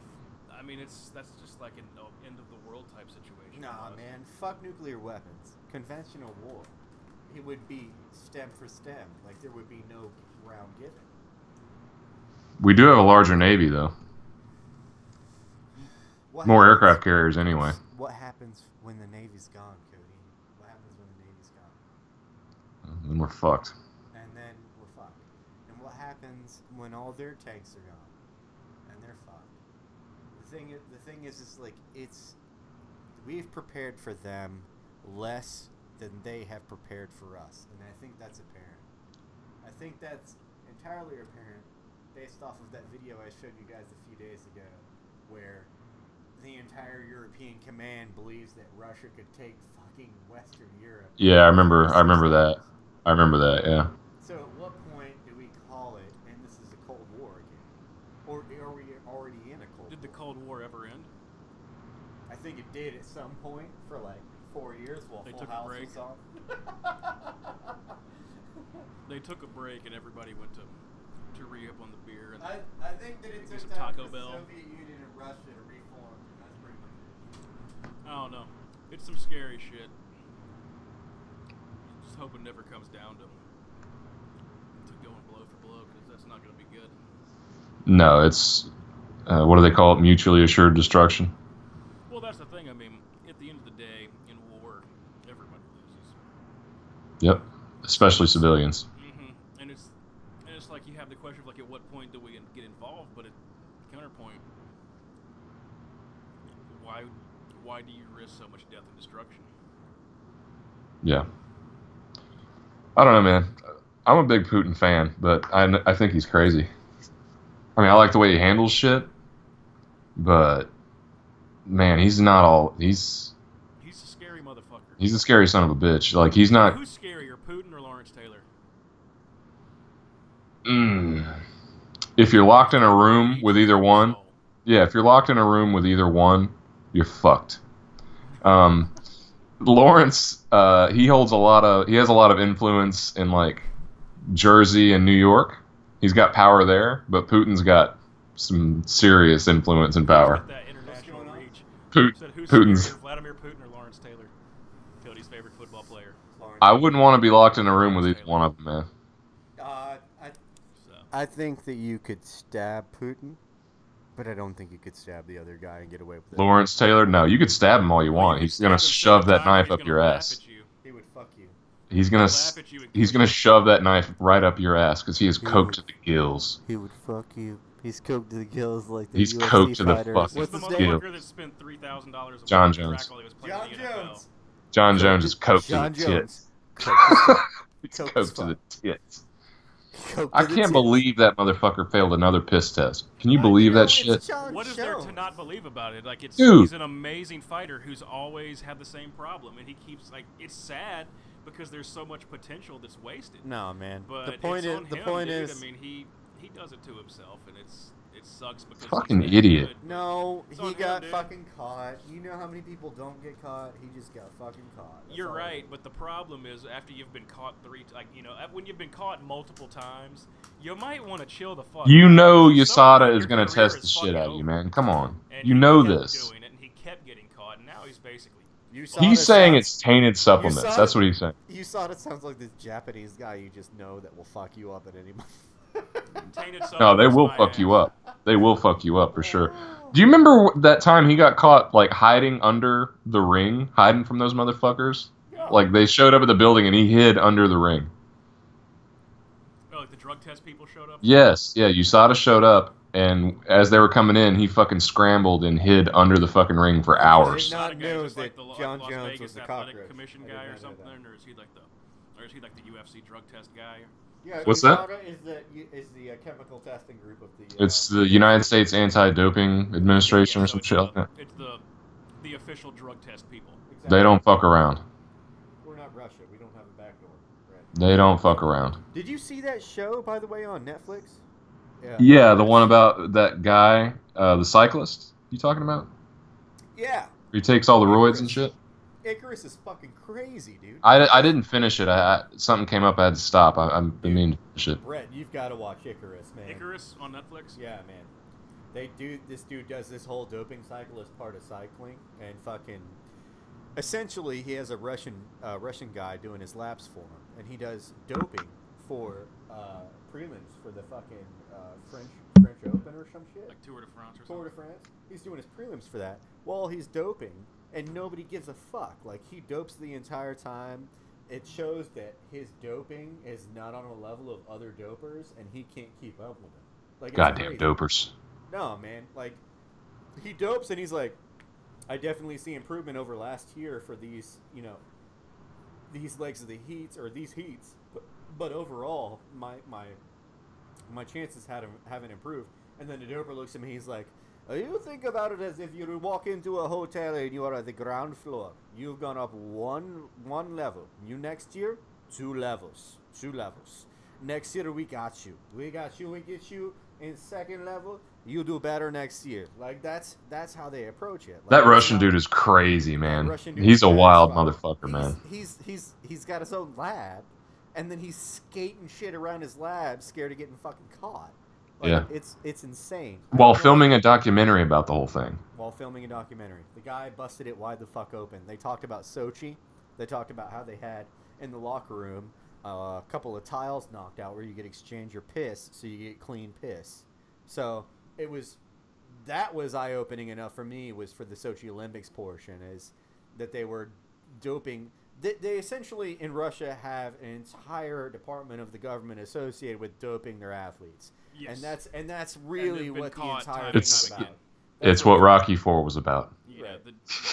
I remember a couple years like their gymnastic program, like they won a bunch of shit, and then they were all dirty, track athletes. But you're right. It's I'm no genius with the issue, but it's become prevalent and exposed time and time again. Well, they almost weren't allowed to compete in the Rio Olympics at all because they were just so blatant. Summer games before that, it was I think it was the gymnastics thing, but it was more than just gymnastics. It was like everything, like their entire plane, like the whole plane of athletes, like all 120 of them that showed up. Every fucking one of them was dirty, right? And they weren't just dirty; it was like off the charts, unprecedented dirty. What's fucked is, regardless of what you're doing, there's a doping method for it that will benefit you. We've gotten so advanced. I know it made baseball way more entertaining. Well, I wish they'd bring that shit back. I wish it would just be regulated and that we could push the possibility of human capability through drugs. I really kind of do wish that was a possibility. Like, you could have one Olympics and you could have the doping Olympics or some bullshit. Or you could just implement, like, safe doping into the Olympics to see what's capable. Because if you don't, we've already reached the limits of humans without doping. And I think that's clear. That we have reached the limits of human capability without doping. And now, the reason we have Olympics is for doping to be hid, but present in front of the masses. And I think that's clear. I think that nobody can compete with dopers at this point. All the records for normal human beings have fucking been set. They were set in the goddamn 40s. And since then, all we have done is allowed for doping to set records which are unobtainable without doping. And I think that's clear. I don't know if I'm wrong in that, but I think that's fucking pretty clear. Well, yeah, I think we have plateaued for sure. For sure. But like, yeah, we should have, I don't know about different leagues, but I feel like the only fair way to do it is to have everybody on the shit and make it more entertaining for everybody. Is this been with the baseball stuff? I mean, that's the issue with it, is that not everybody's on it, or not everybody's doing the same things. And it's just my opinion. Don't hold me this, for fact, but it's my opinion that these, professional sports leagues, they don't hate the idea of it as much as they act like they do. The problem is certain things are just federally illegal. But how awesome was it? If you're a company in this country, you cannot do things or endorse things that are banned at a federal level. So as long as, the government has certain things on, controlled substance lists and certain things that are not accessible, I don't think anything's going to change. Now, one thing that's true, whether you're talking about today or the 90s or the 80s, the scientists are always ahead of the testers. The people that make the steroids and make the drugs and make the HG, the people creating these things. Wouldn't say that for John Jones, but sure. Well, no, but his was more of a cocaine problem. But no, what I'm saying is it's the people doing the dirty shit are always a step ahead of the people trying to catch them. And, back in the 80s, it was as simple as certain steroids they just couldn't test for. Then they got a test for steroids. And then they started moving on to HGH. And then they couldn't test for HGH. Now they're able to test for HGH, but there's other things they can't test for. So that's my point, is that but no, man. It keeps going, and it keeps going. And, John and the Jones, scientists they're ahead of everybody else. John Jones got busted on a blood test, though. He didn't get busted on a piss test. He got busted on a blood test for a fucking thing called Tyrannoball, which is associated with like the fucking 80s. As far Yeah, as it's Like old an old school. school It's old steroid. school shit. as Yeah. far as Joe Rogan and I am concerned, like the reason he got caught is because he poorly managed it, or because he got a fucked up stock as far as Joe Rogan's concerned. But the point is I would agree with that. But- Either he did, mismanaged his cycles and had too much in his system, or he got tainted supply. I think can he see got that. tainted supplies. And I would agree more with the tainted supply because I'm not a pro athlete, but one thing I know about whether you're a football player or a race car driver or a fighter, it doesn't matter. Like, these guys literally count their cornflakes in the morning. They know everything going in their body. They know That's all. When that's all you've got, like, They know we go to what's work going every day and have hobbies and do shit. This is all they fucking do. How do you screw it up? Millions of dollars on the line. Well, for me, it's like it's like Brett said. Is you have a capability of a human being, and every human being is different. And we know that our tolerances cap out at a certain percent. And if you have somebody keeping track of that, you know where your fucking tolerance lies. Okay, so I am capable of this as a human being. What do I need chemically to advance me? That's where the bullshit comes into play. So you have scientists associated with this very fucking art of doping. And I would not be surprised for a second if within Formula One or any other driving or racing or anything like that, that they don't dope alcohol. They don't dope fucking any type of fucking a stimulant to. It's funny you mentioned that. To increase any fucking capability. Alcohol reduces tremors. It reduces anxiety. Allows you to produce better results in a situation where you would have anxiety. They got caught in an Olympic Games for a shooting event because before you shoot, if you drink alcohol, it steadies your tremors. So, what is preventing these people from doing these things? Nothing. It's funny you mentioned the like something for like race like not physical athletes, but people that are still competitors as far as trying to find an edge. Right. There's not proof of this, but there was a rumor. I believe it's true now. Like, this is just a rumor. This is just an opinion. But remember when Tiger Woods was the dominant motherfucker on the planet? Right. Okay, here's the rumor. There was some kind of some substance he was taking to help super focus, like a super Adderall or a super. I don't fucking know. Could have just been Adderall. But it was more than Adderall because stuff like that'll show up on a basic test, and these guys aren't tested. Sure. But like I said, I'm not saying I know what the chemical is because these are like millionaires and billionaires. They'll take it. They're 10 years ahead of what we know. They'll take it. What are their consequences? But the rumor was that there was obviously Tiger Woods is a brilliant fucking golfer without anything, but that was the rumor from some insiders is that it's possible that there's something that he was on that was helping as far as like a super laser sharp focus type thing. Right. There's some so type it's of possible. amphetamine. Right. You mentioned that it's possible, and I'm agreeing with you that there's no proof for of this, every but there's sport. been stories, and I'll tell you, dude, for years NFL players popped Adderall before they go out there. Now they can't do it because they test for it. They'll slam 3 fucking Red Bulls before they walk out the locker room. Sure, and guaranteed. You have in the 80s that smoke crack, in the 90s that 2000s that take Adderall. Now they slam energy drinks. Well, I mean, of What's course the difference? that, and like you have this whole movement now with, I don't want to say movement, but you have these guys who race drones. How the fuck are we? I mean, honestly, with drones, why would you not test for Adderall? Focus is what it is. It's essentially a video game in real life. It is, for all intents and purposes, a video game in life. You are doing pod racing in real world time. What helps you slow down fucking time? A goddamn stimulant.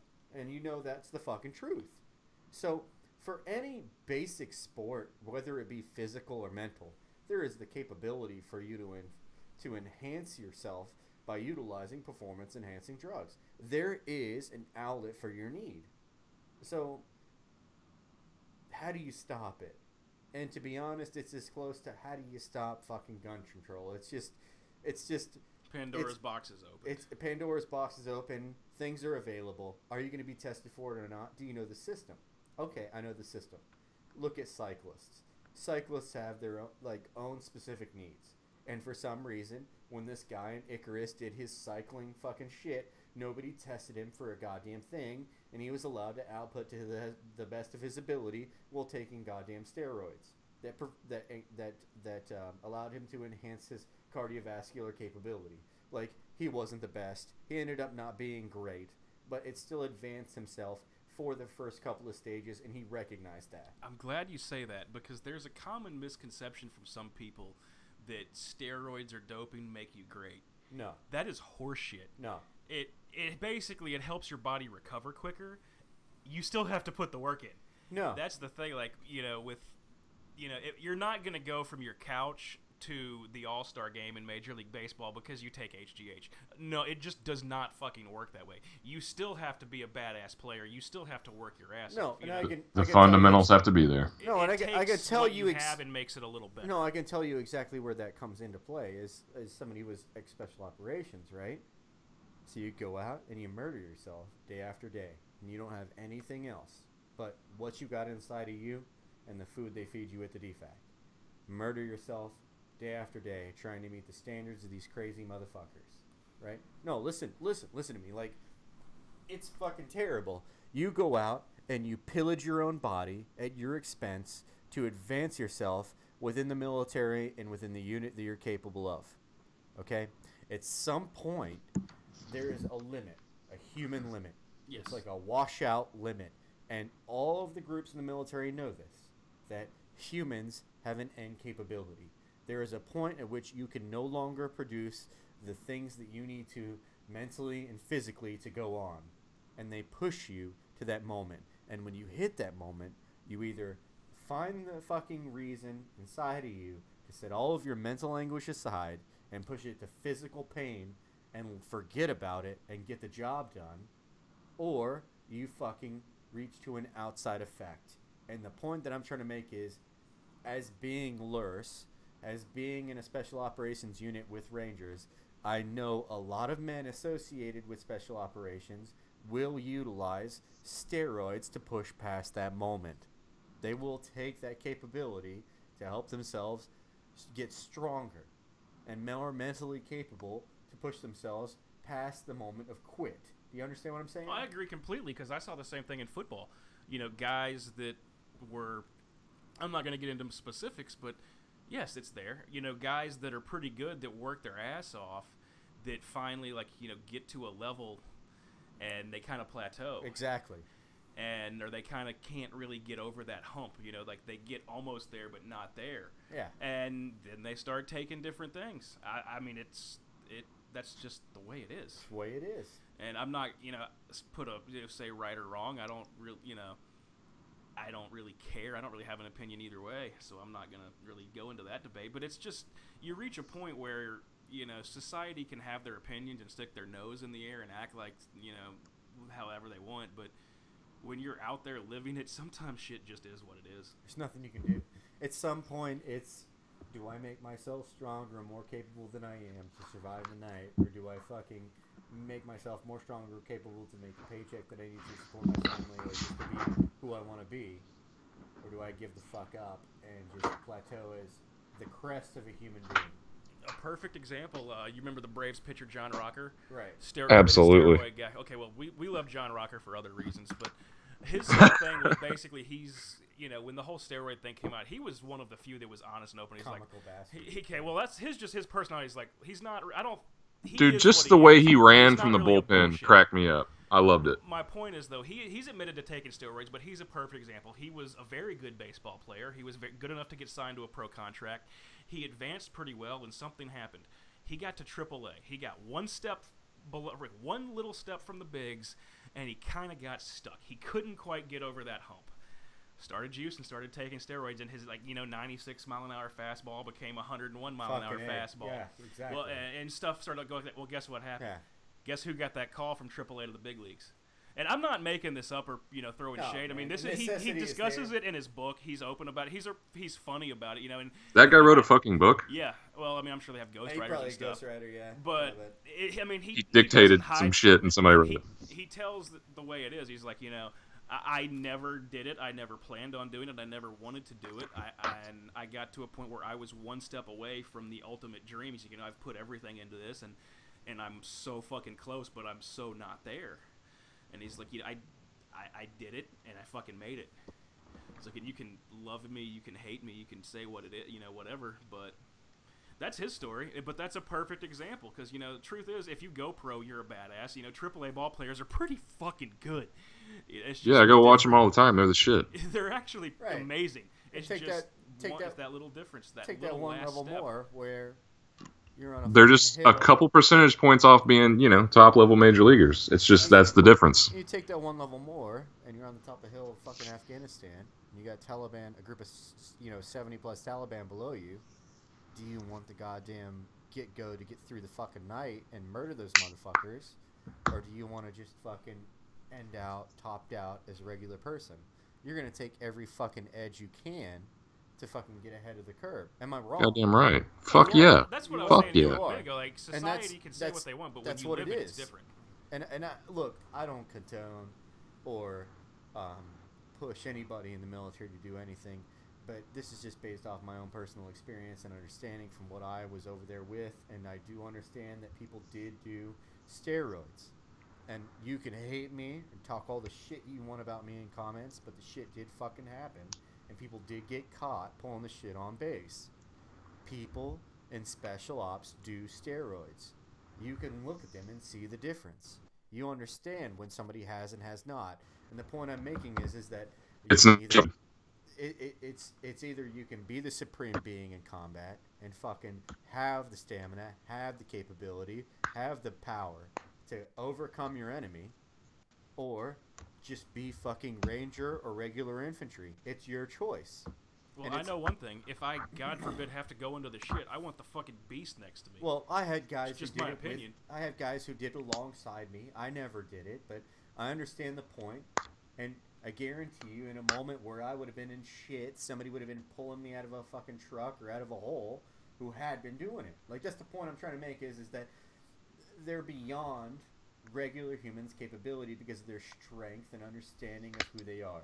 And I didn't have that because I wasn't doing it. The most I would do is go and run and do the push-ups that were necessary. I didn't go out of my way to lift weights. I didn't do any of that shit. I was the bare minimum infantry soldier in an ops position. So that's the point I'm making is that you can do that and look out for yourself and the people around you, and it makes a difference. Whether people like to believe it or not, performance enhancing makes a difference, and it can, in a shitty situation, save lives. So I do condone it to the point where it's not harmful for the people involved, and wish it was not illegal. Just as I wish that many things were not illegal for the very reason that I feel like people are incarcerated for things they shouldn't be. Mm-hmm. But at the same time, it's a hard thing to talk about that nobody's willing to talk about in the United States. And there's nothing more than I would have loved than if I had been wounded and to be pulled out of a goddamn Kurdish grave than by a goddamn special forces guys with a bicep 3 times the size of mine. So that's all I'm fucking saying. Well, I'll follow that up. I mean, that's the military's perspective. I'll be honest as far as the athletic perspective as well. There's a funny thing about society. They will not condone PED stuff. You know, society as a whole will shit all over steroids and try to embarrass the people that get caught. Here's the facts. They love it when those guys are juicing and playing. Perfect exhibit. Dude, how great was it? How great was it? Look at baseball in the 90s. You got Mark McGwire and Sammy Sosa. Was a that gorilla, shit dude. was awesome. Oh, dude, and Barry Bonds and fucking... been so high. Like, dude, Barry Bonds blew the fuck up. Like, society will shit all over PED use and the people that do Daryl it. Strawberry, but dude, then when those fucking athletes go out and play on the field on Saturday or Sunday and perform it, and even they hit the balls out of the fucking park and they run people over like dump trucks and shit, they fucking love it. People fucking love it. Am I wrong? Like Daryl Strawberry? Oh, he was steroided out, but he was more like all those guys. Oh, yeah. But here's the thing: they're entertaining as hell. From a fan perspective, is the guy sitting in the stands buying the ticket, or the guy sitting on the couch watching your product. It's entertaining. Dude, when Sammy Sosa and McGwire were going for the home run record, when they were going for that home run Shit record, all that over was it the all shit. They want, but they love it. Years of awesome. Fans eat it up when you have the juiced up monsters performing well out on the sports field. They'll shit all over them Monday through Saturday, but they'll watch their game and buy their jersey on Sunday. Who was it? Roger Clemens? Do you remember Roger Clemens? Mark McGwire. Fuck Roger Clemens because he's a goddamn liar. Mark McGwire, the most ripped ginger in history. Jesus. Oh, 100%. Roger Clemens. 100%. Now here's my problem with Clemens was just how full of shit he was. You know, I don't blame him for doing what he did because, I mean, I get it. And he did the same thing that a lot of other people did. The difference was how vindictive he was towards other people about it and how full of shit he was. James, do this. Pull up a picture of Barry Bonds, his rookie season, and then pull up a picture of him in his last, 3 seasons. Go ahead and pull that up. We'll pull that up in a second. And study that shit. Oh, he stepped out. Yeah, he stepped out for a second. But no, I mean... That motherfucker. Now, speaking of, that's funny, but here's the one thing. That motherfucker had all the talent in the world. Like, the steroids didn't give him talent. It turned his warning track power into cheap seat power over 20 years. But guess what else he had to do? He had to go fucking live in the goddamn gym and work out like a fucking demon to get... Oh, yeah, you can't not put in the work, too. You're not going to sit on a couch and get swole. That's what I was saying. Like, you don't go from the couch to the Pro Bowl because you're fucking juicing.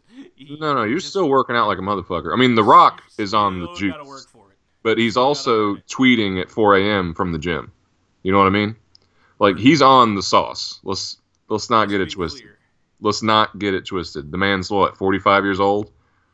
Yeah, and you've got that kind of... Come on now. No, that's not natural. I don't give a fuck if you stay in the gym all day. That's not... No. Juice. That's juice. I agree completely. So, but, yeah, I mean... But we love him for it, you know? And it's just my opinion. I really don't think there's much wrong with it as long as people are honest about it and know what's going on. Because with science available today, I mean, you can do some cool shit. You know, you can also do some really destructive shit.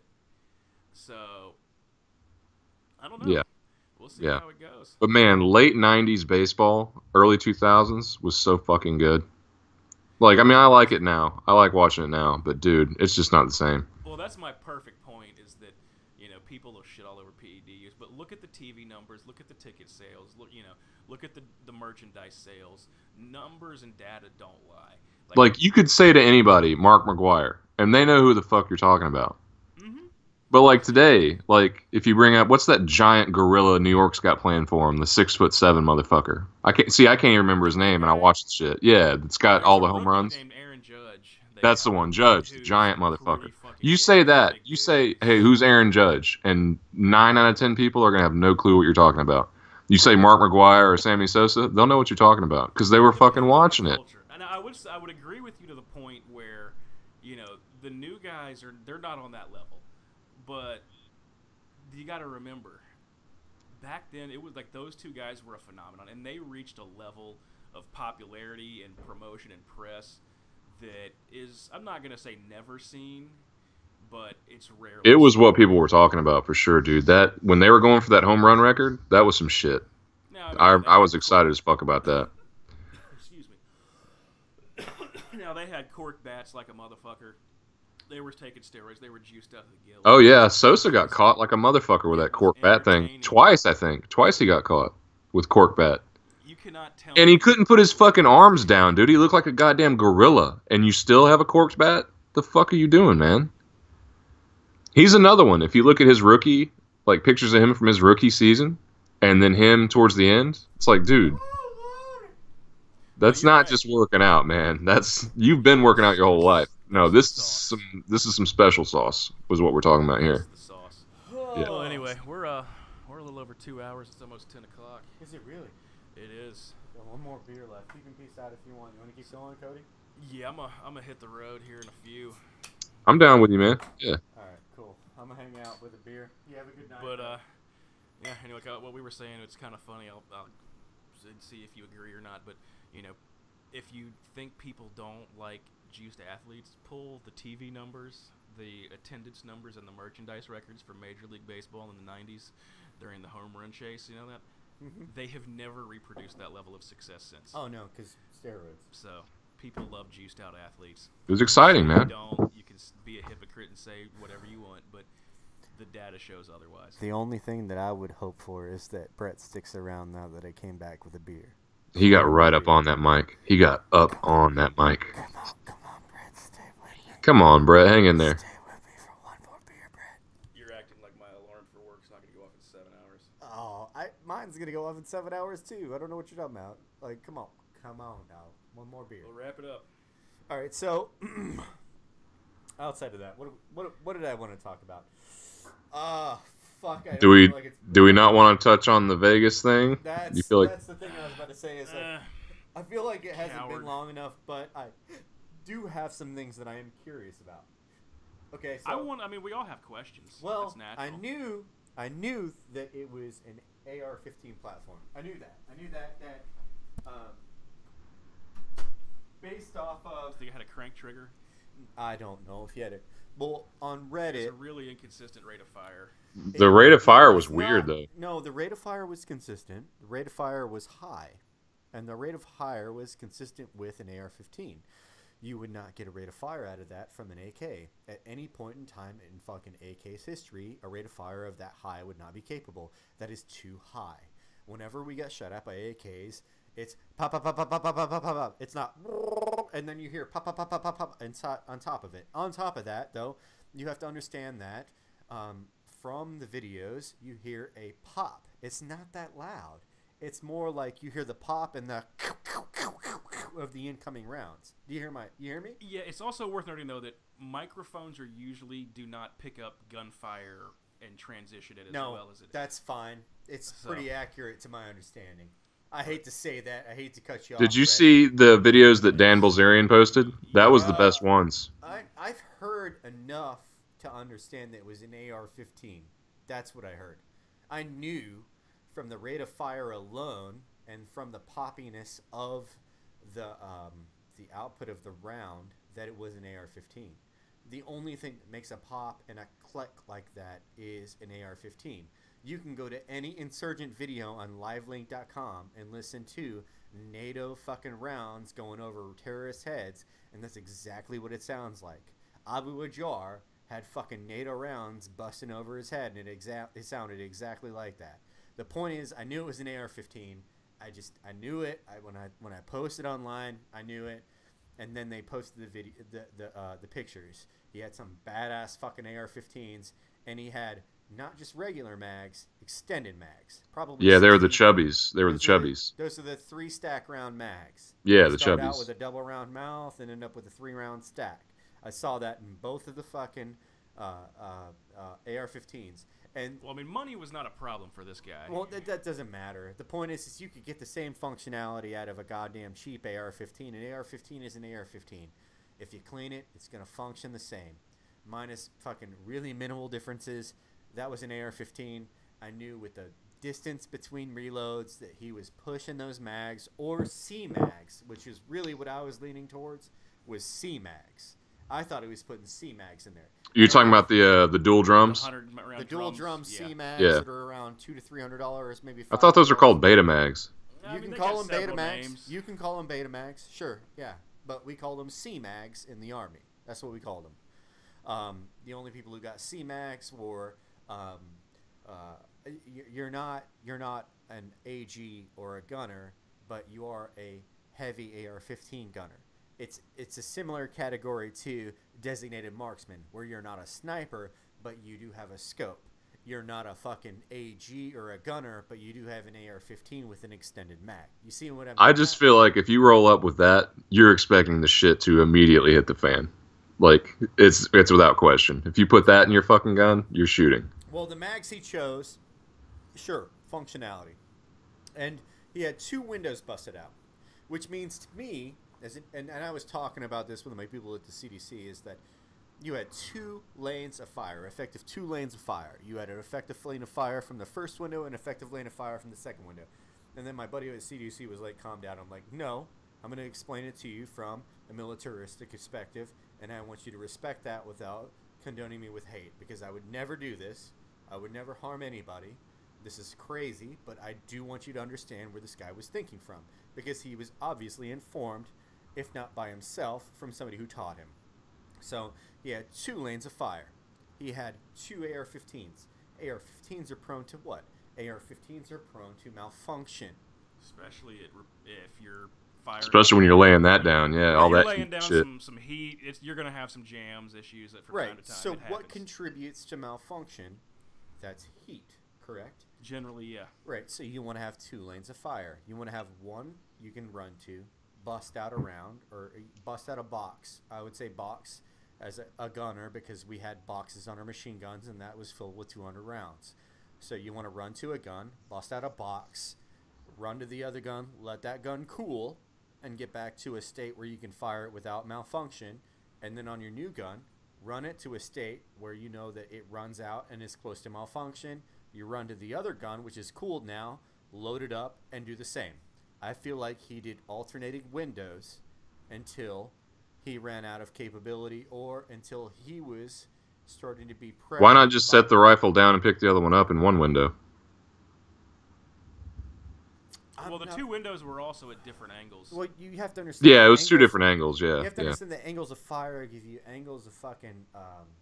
basically, you give different fire trajectories. So if you have one angle of fire, you can fire on people in one direction, and then they move, and then they'll hide. And then if you move to another window, those people are not privy to what those other people have moved to, and you can open up on them. And then those people move, and then the people who moved in the first window then understand they're getting fired at, and then they start to move. You open up targets at the first window that you left. He got a lot of fucking hits, man. Well, that's the point, is by A lot. altering fire trajectories, you alter your window of targets.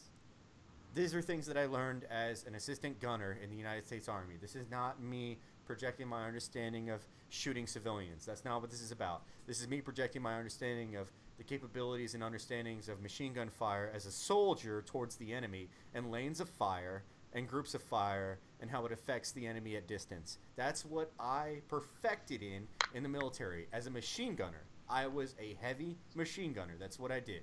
So if you have 2 lanes of fire, you can alter the fire between the 2 lanes, and you can disperse the enemy and open them up for more hits. That's essentially what I'm getting at, right?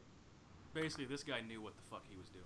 He understood it on a fundamental level, but I don't think he was a master. That's fair.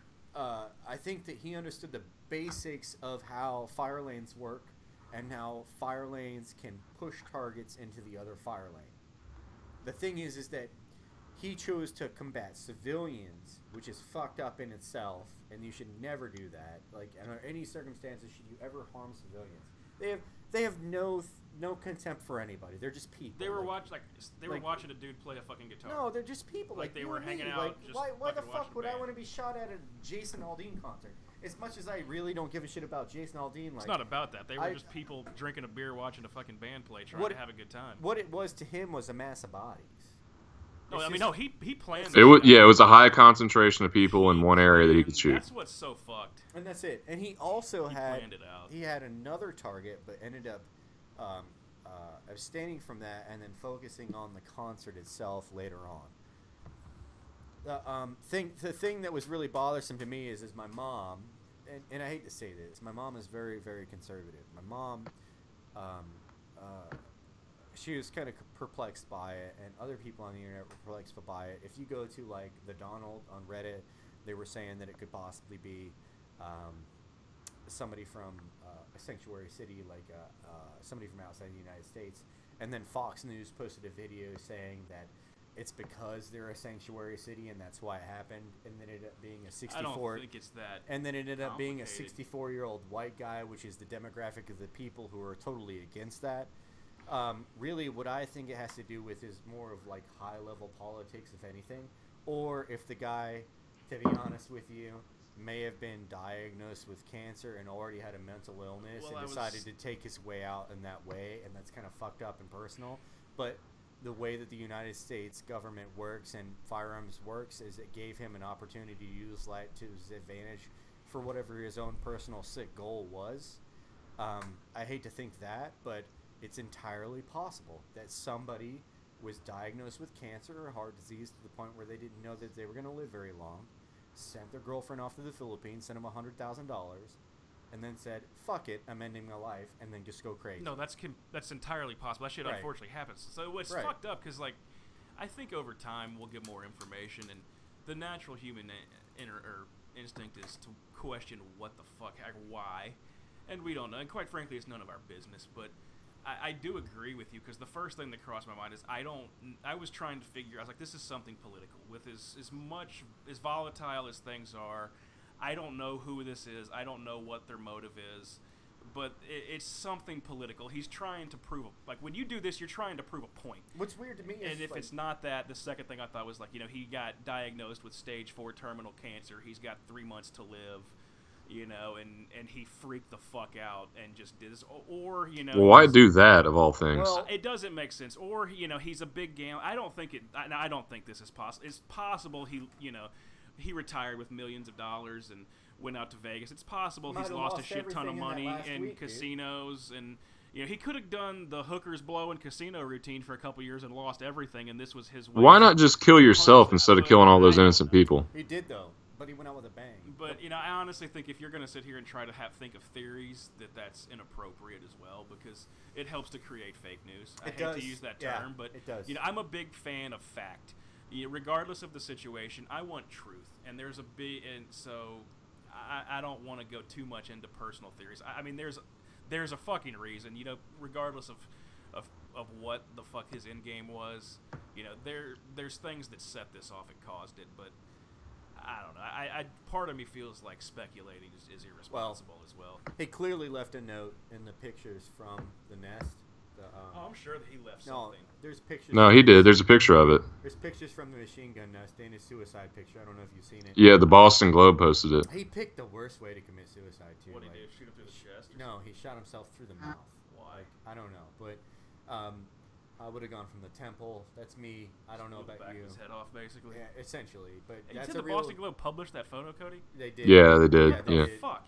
Yeah. Why? Well, I don't think that anybody knew they were going to publish the photo, and somebody did. I think that's how it always works. I don't think they blurred out like anything graphic. The only thing you could see was the guns, and then the note that was left on like a end table next to a bed. I would Google it again because you can definitely see his death face.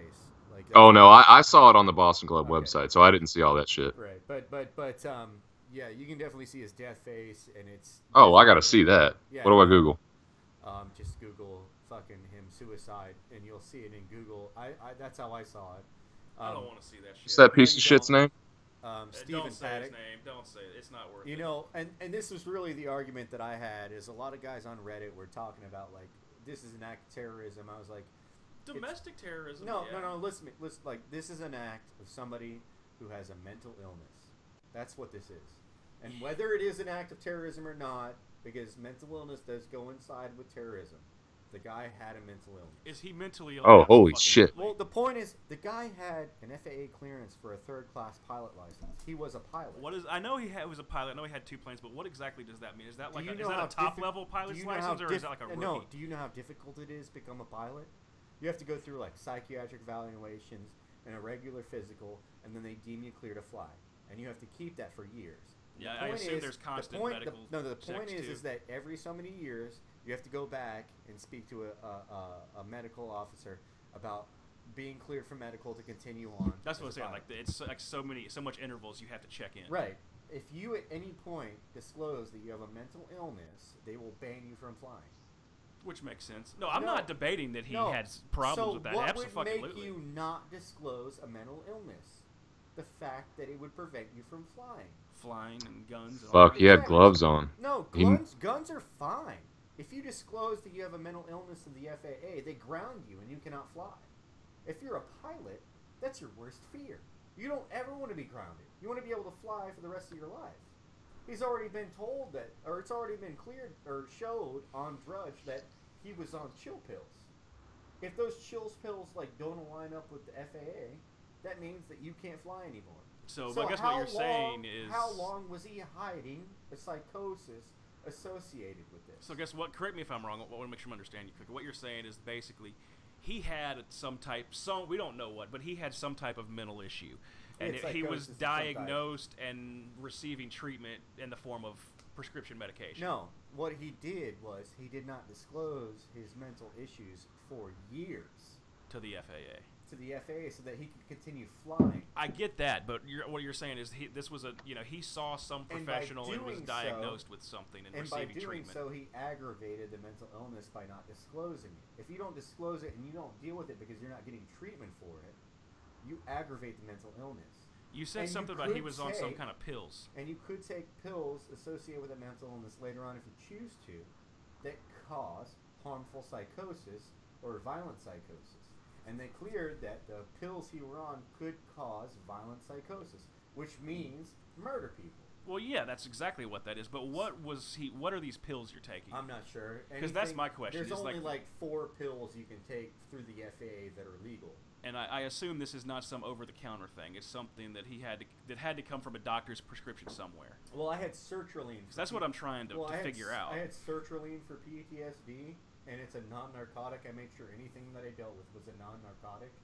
Anything that's a narcotic bans you from flying. And you have to do this thing called a COG screen, and you have to go through like all this bullshit to just keep flying.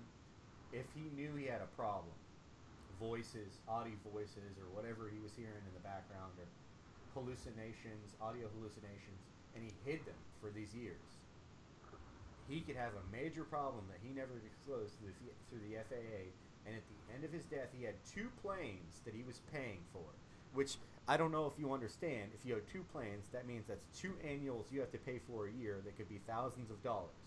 This dude was loaded, dude. Which, no, it doesn't matter.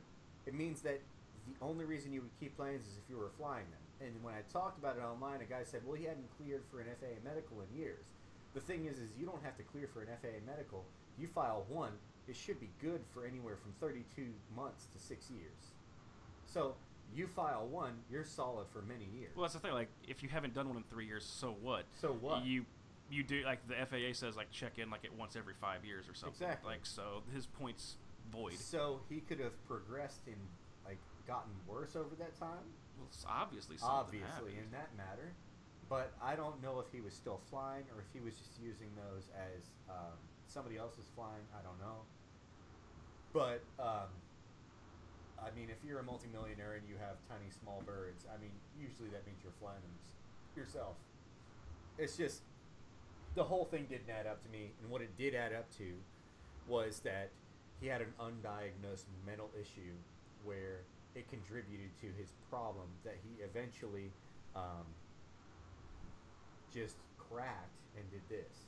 And what's fucked up is he could have been so fucked up on alcohol, coke, meth, whatever the fuck he was doing in that goddamn casino, that with his guns with him, or chose to go and get his guns in his temporary psychosis, chose to fucking take it out on I don't think it was temporary. It's just my opinion, but he planned the shit out. He picked that target. He picked that location. He probably requested that room or a room in that area. It's so fucked. It was comped too. That's the real bitch of it. He didn't even pay for it. He was a 7-star. I don't know a lot about it, but gambler, basically in Vegas, the hotels have a rating scale for, broke nobodies up to high rolling awesome he's a people. high rolling motherfucker, and yeah. the maximum level is a 7-star. He's a whale, man. He's a whale. 7 stars, you have to spend so much money and do so much stuff. You also have to continue to do certain things to maintain your 7-star. You essentially just have to spend money like it's broke. Like, basically, yeah, you have to just give them money all the fucking time. It's just you throw money at them and that's it. And you get a little bit back, and that's really it. And it's just like a hobby. That's it. It's a high rolling hobby.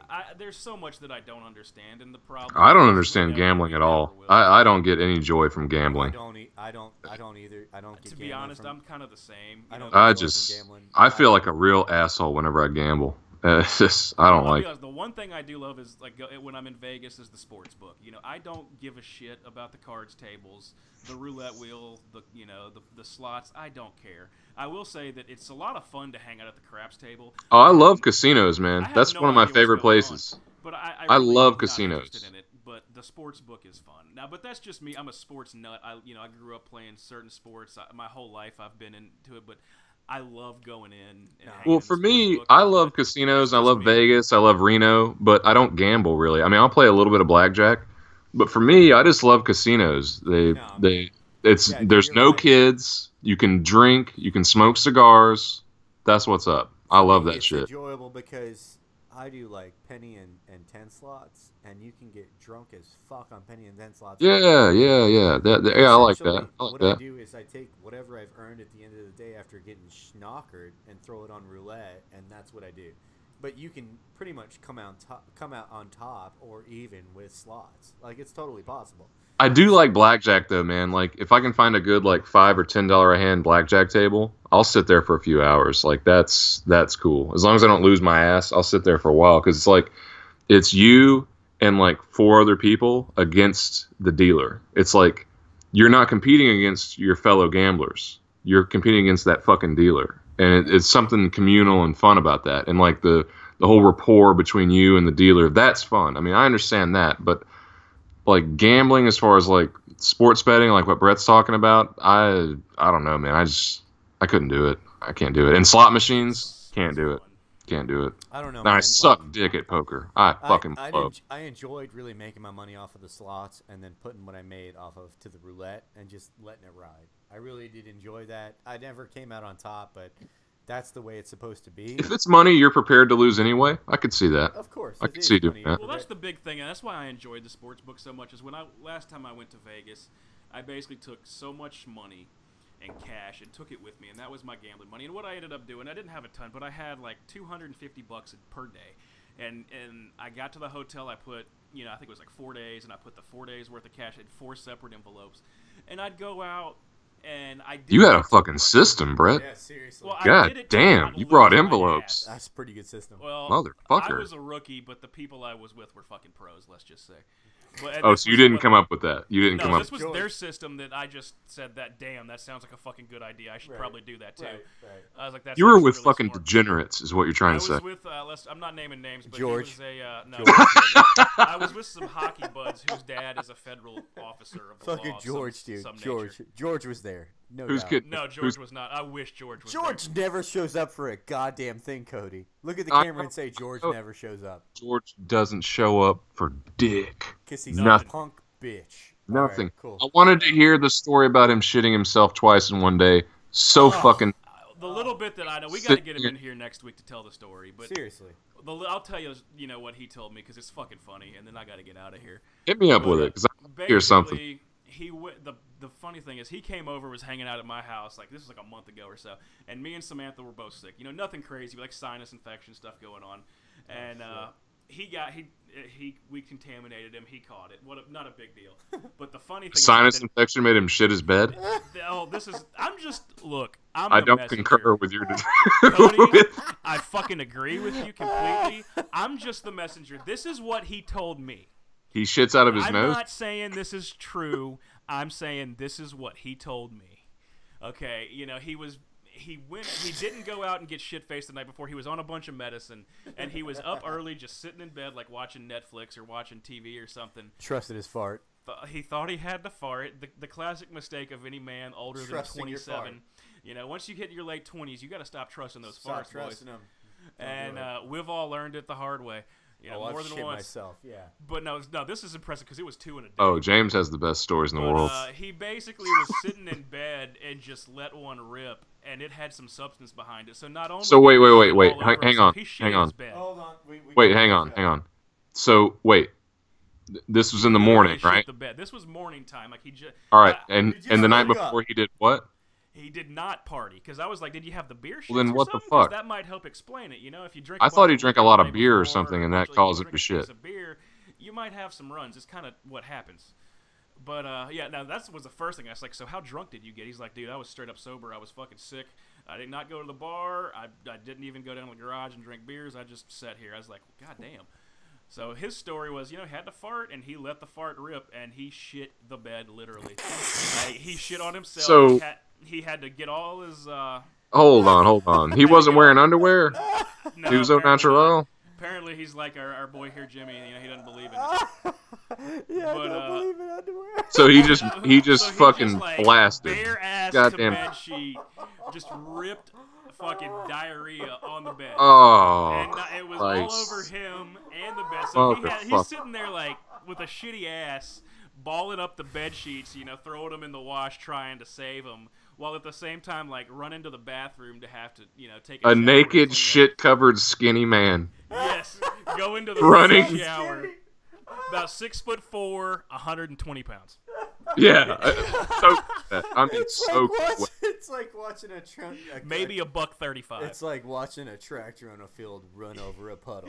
That's not the best of it.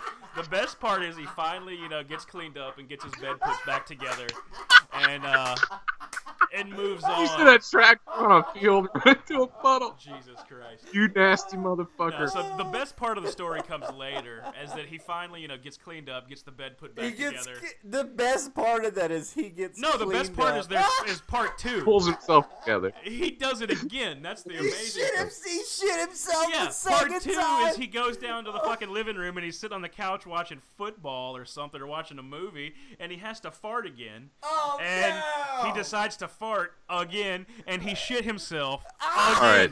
twice in like 6 fucking hours. Can we acknowledge that fart was ill-advised? Like, he should have. Fuck yeah, that was He should have really not bad trusted idea. that one.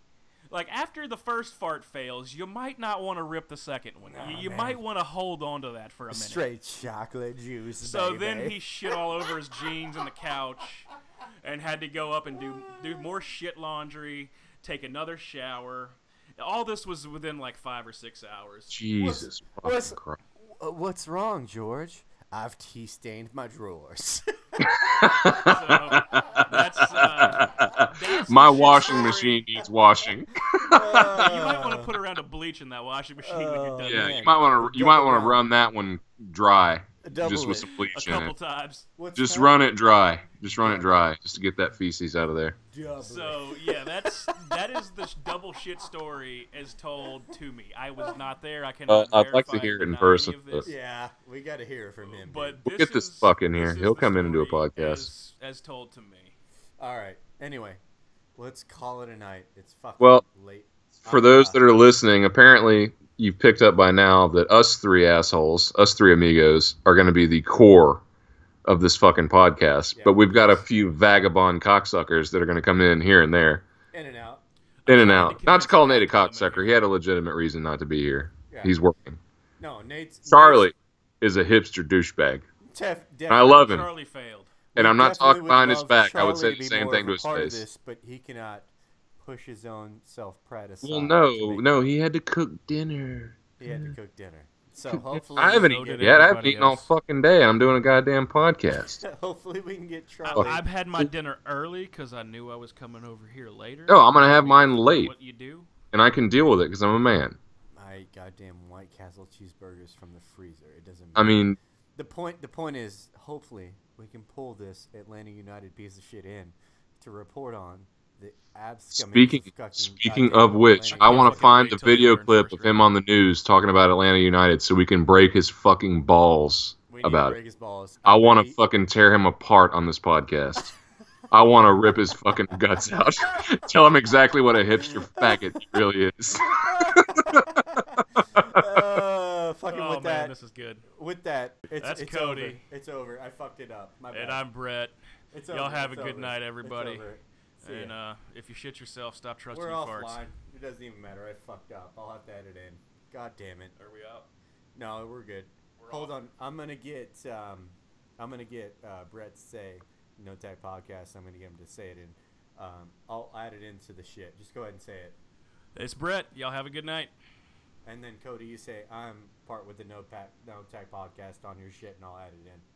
I'm Cody with the No Tag Podcast. All right, cool. We'll be clear for the iTunes, but fucking YouTube's fucked. It doesn't matter. Oh, fuck it, dude. It's still Okay. good. That was a all good one, man. Fuck it. We talked about some good shit. All right, awesome. Let me save this. All right. Dude, that Progress was save. 2 hours, 38 minutes, man. That was a long one. That was a long goddamn we podcast.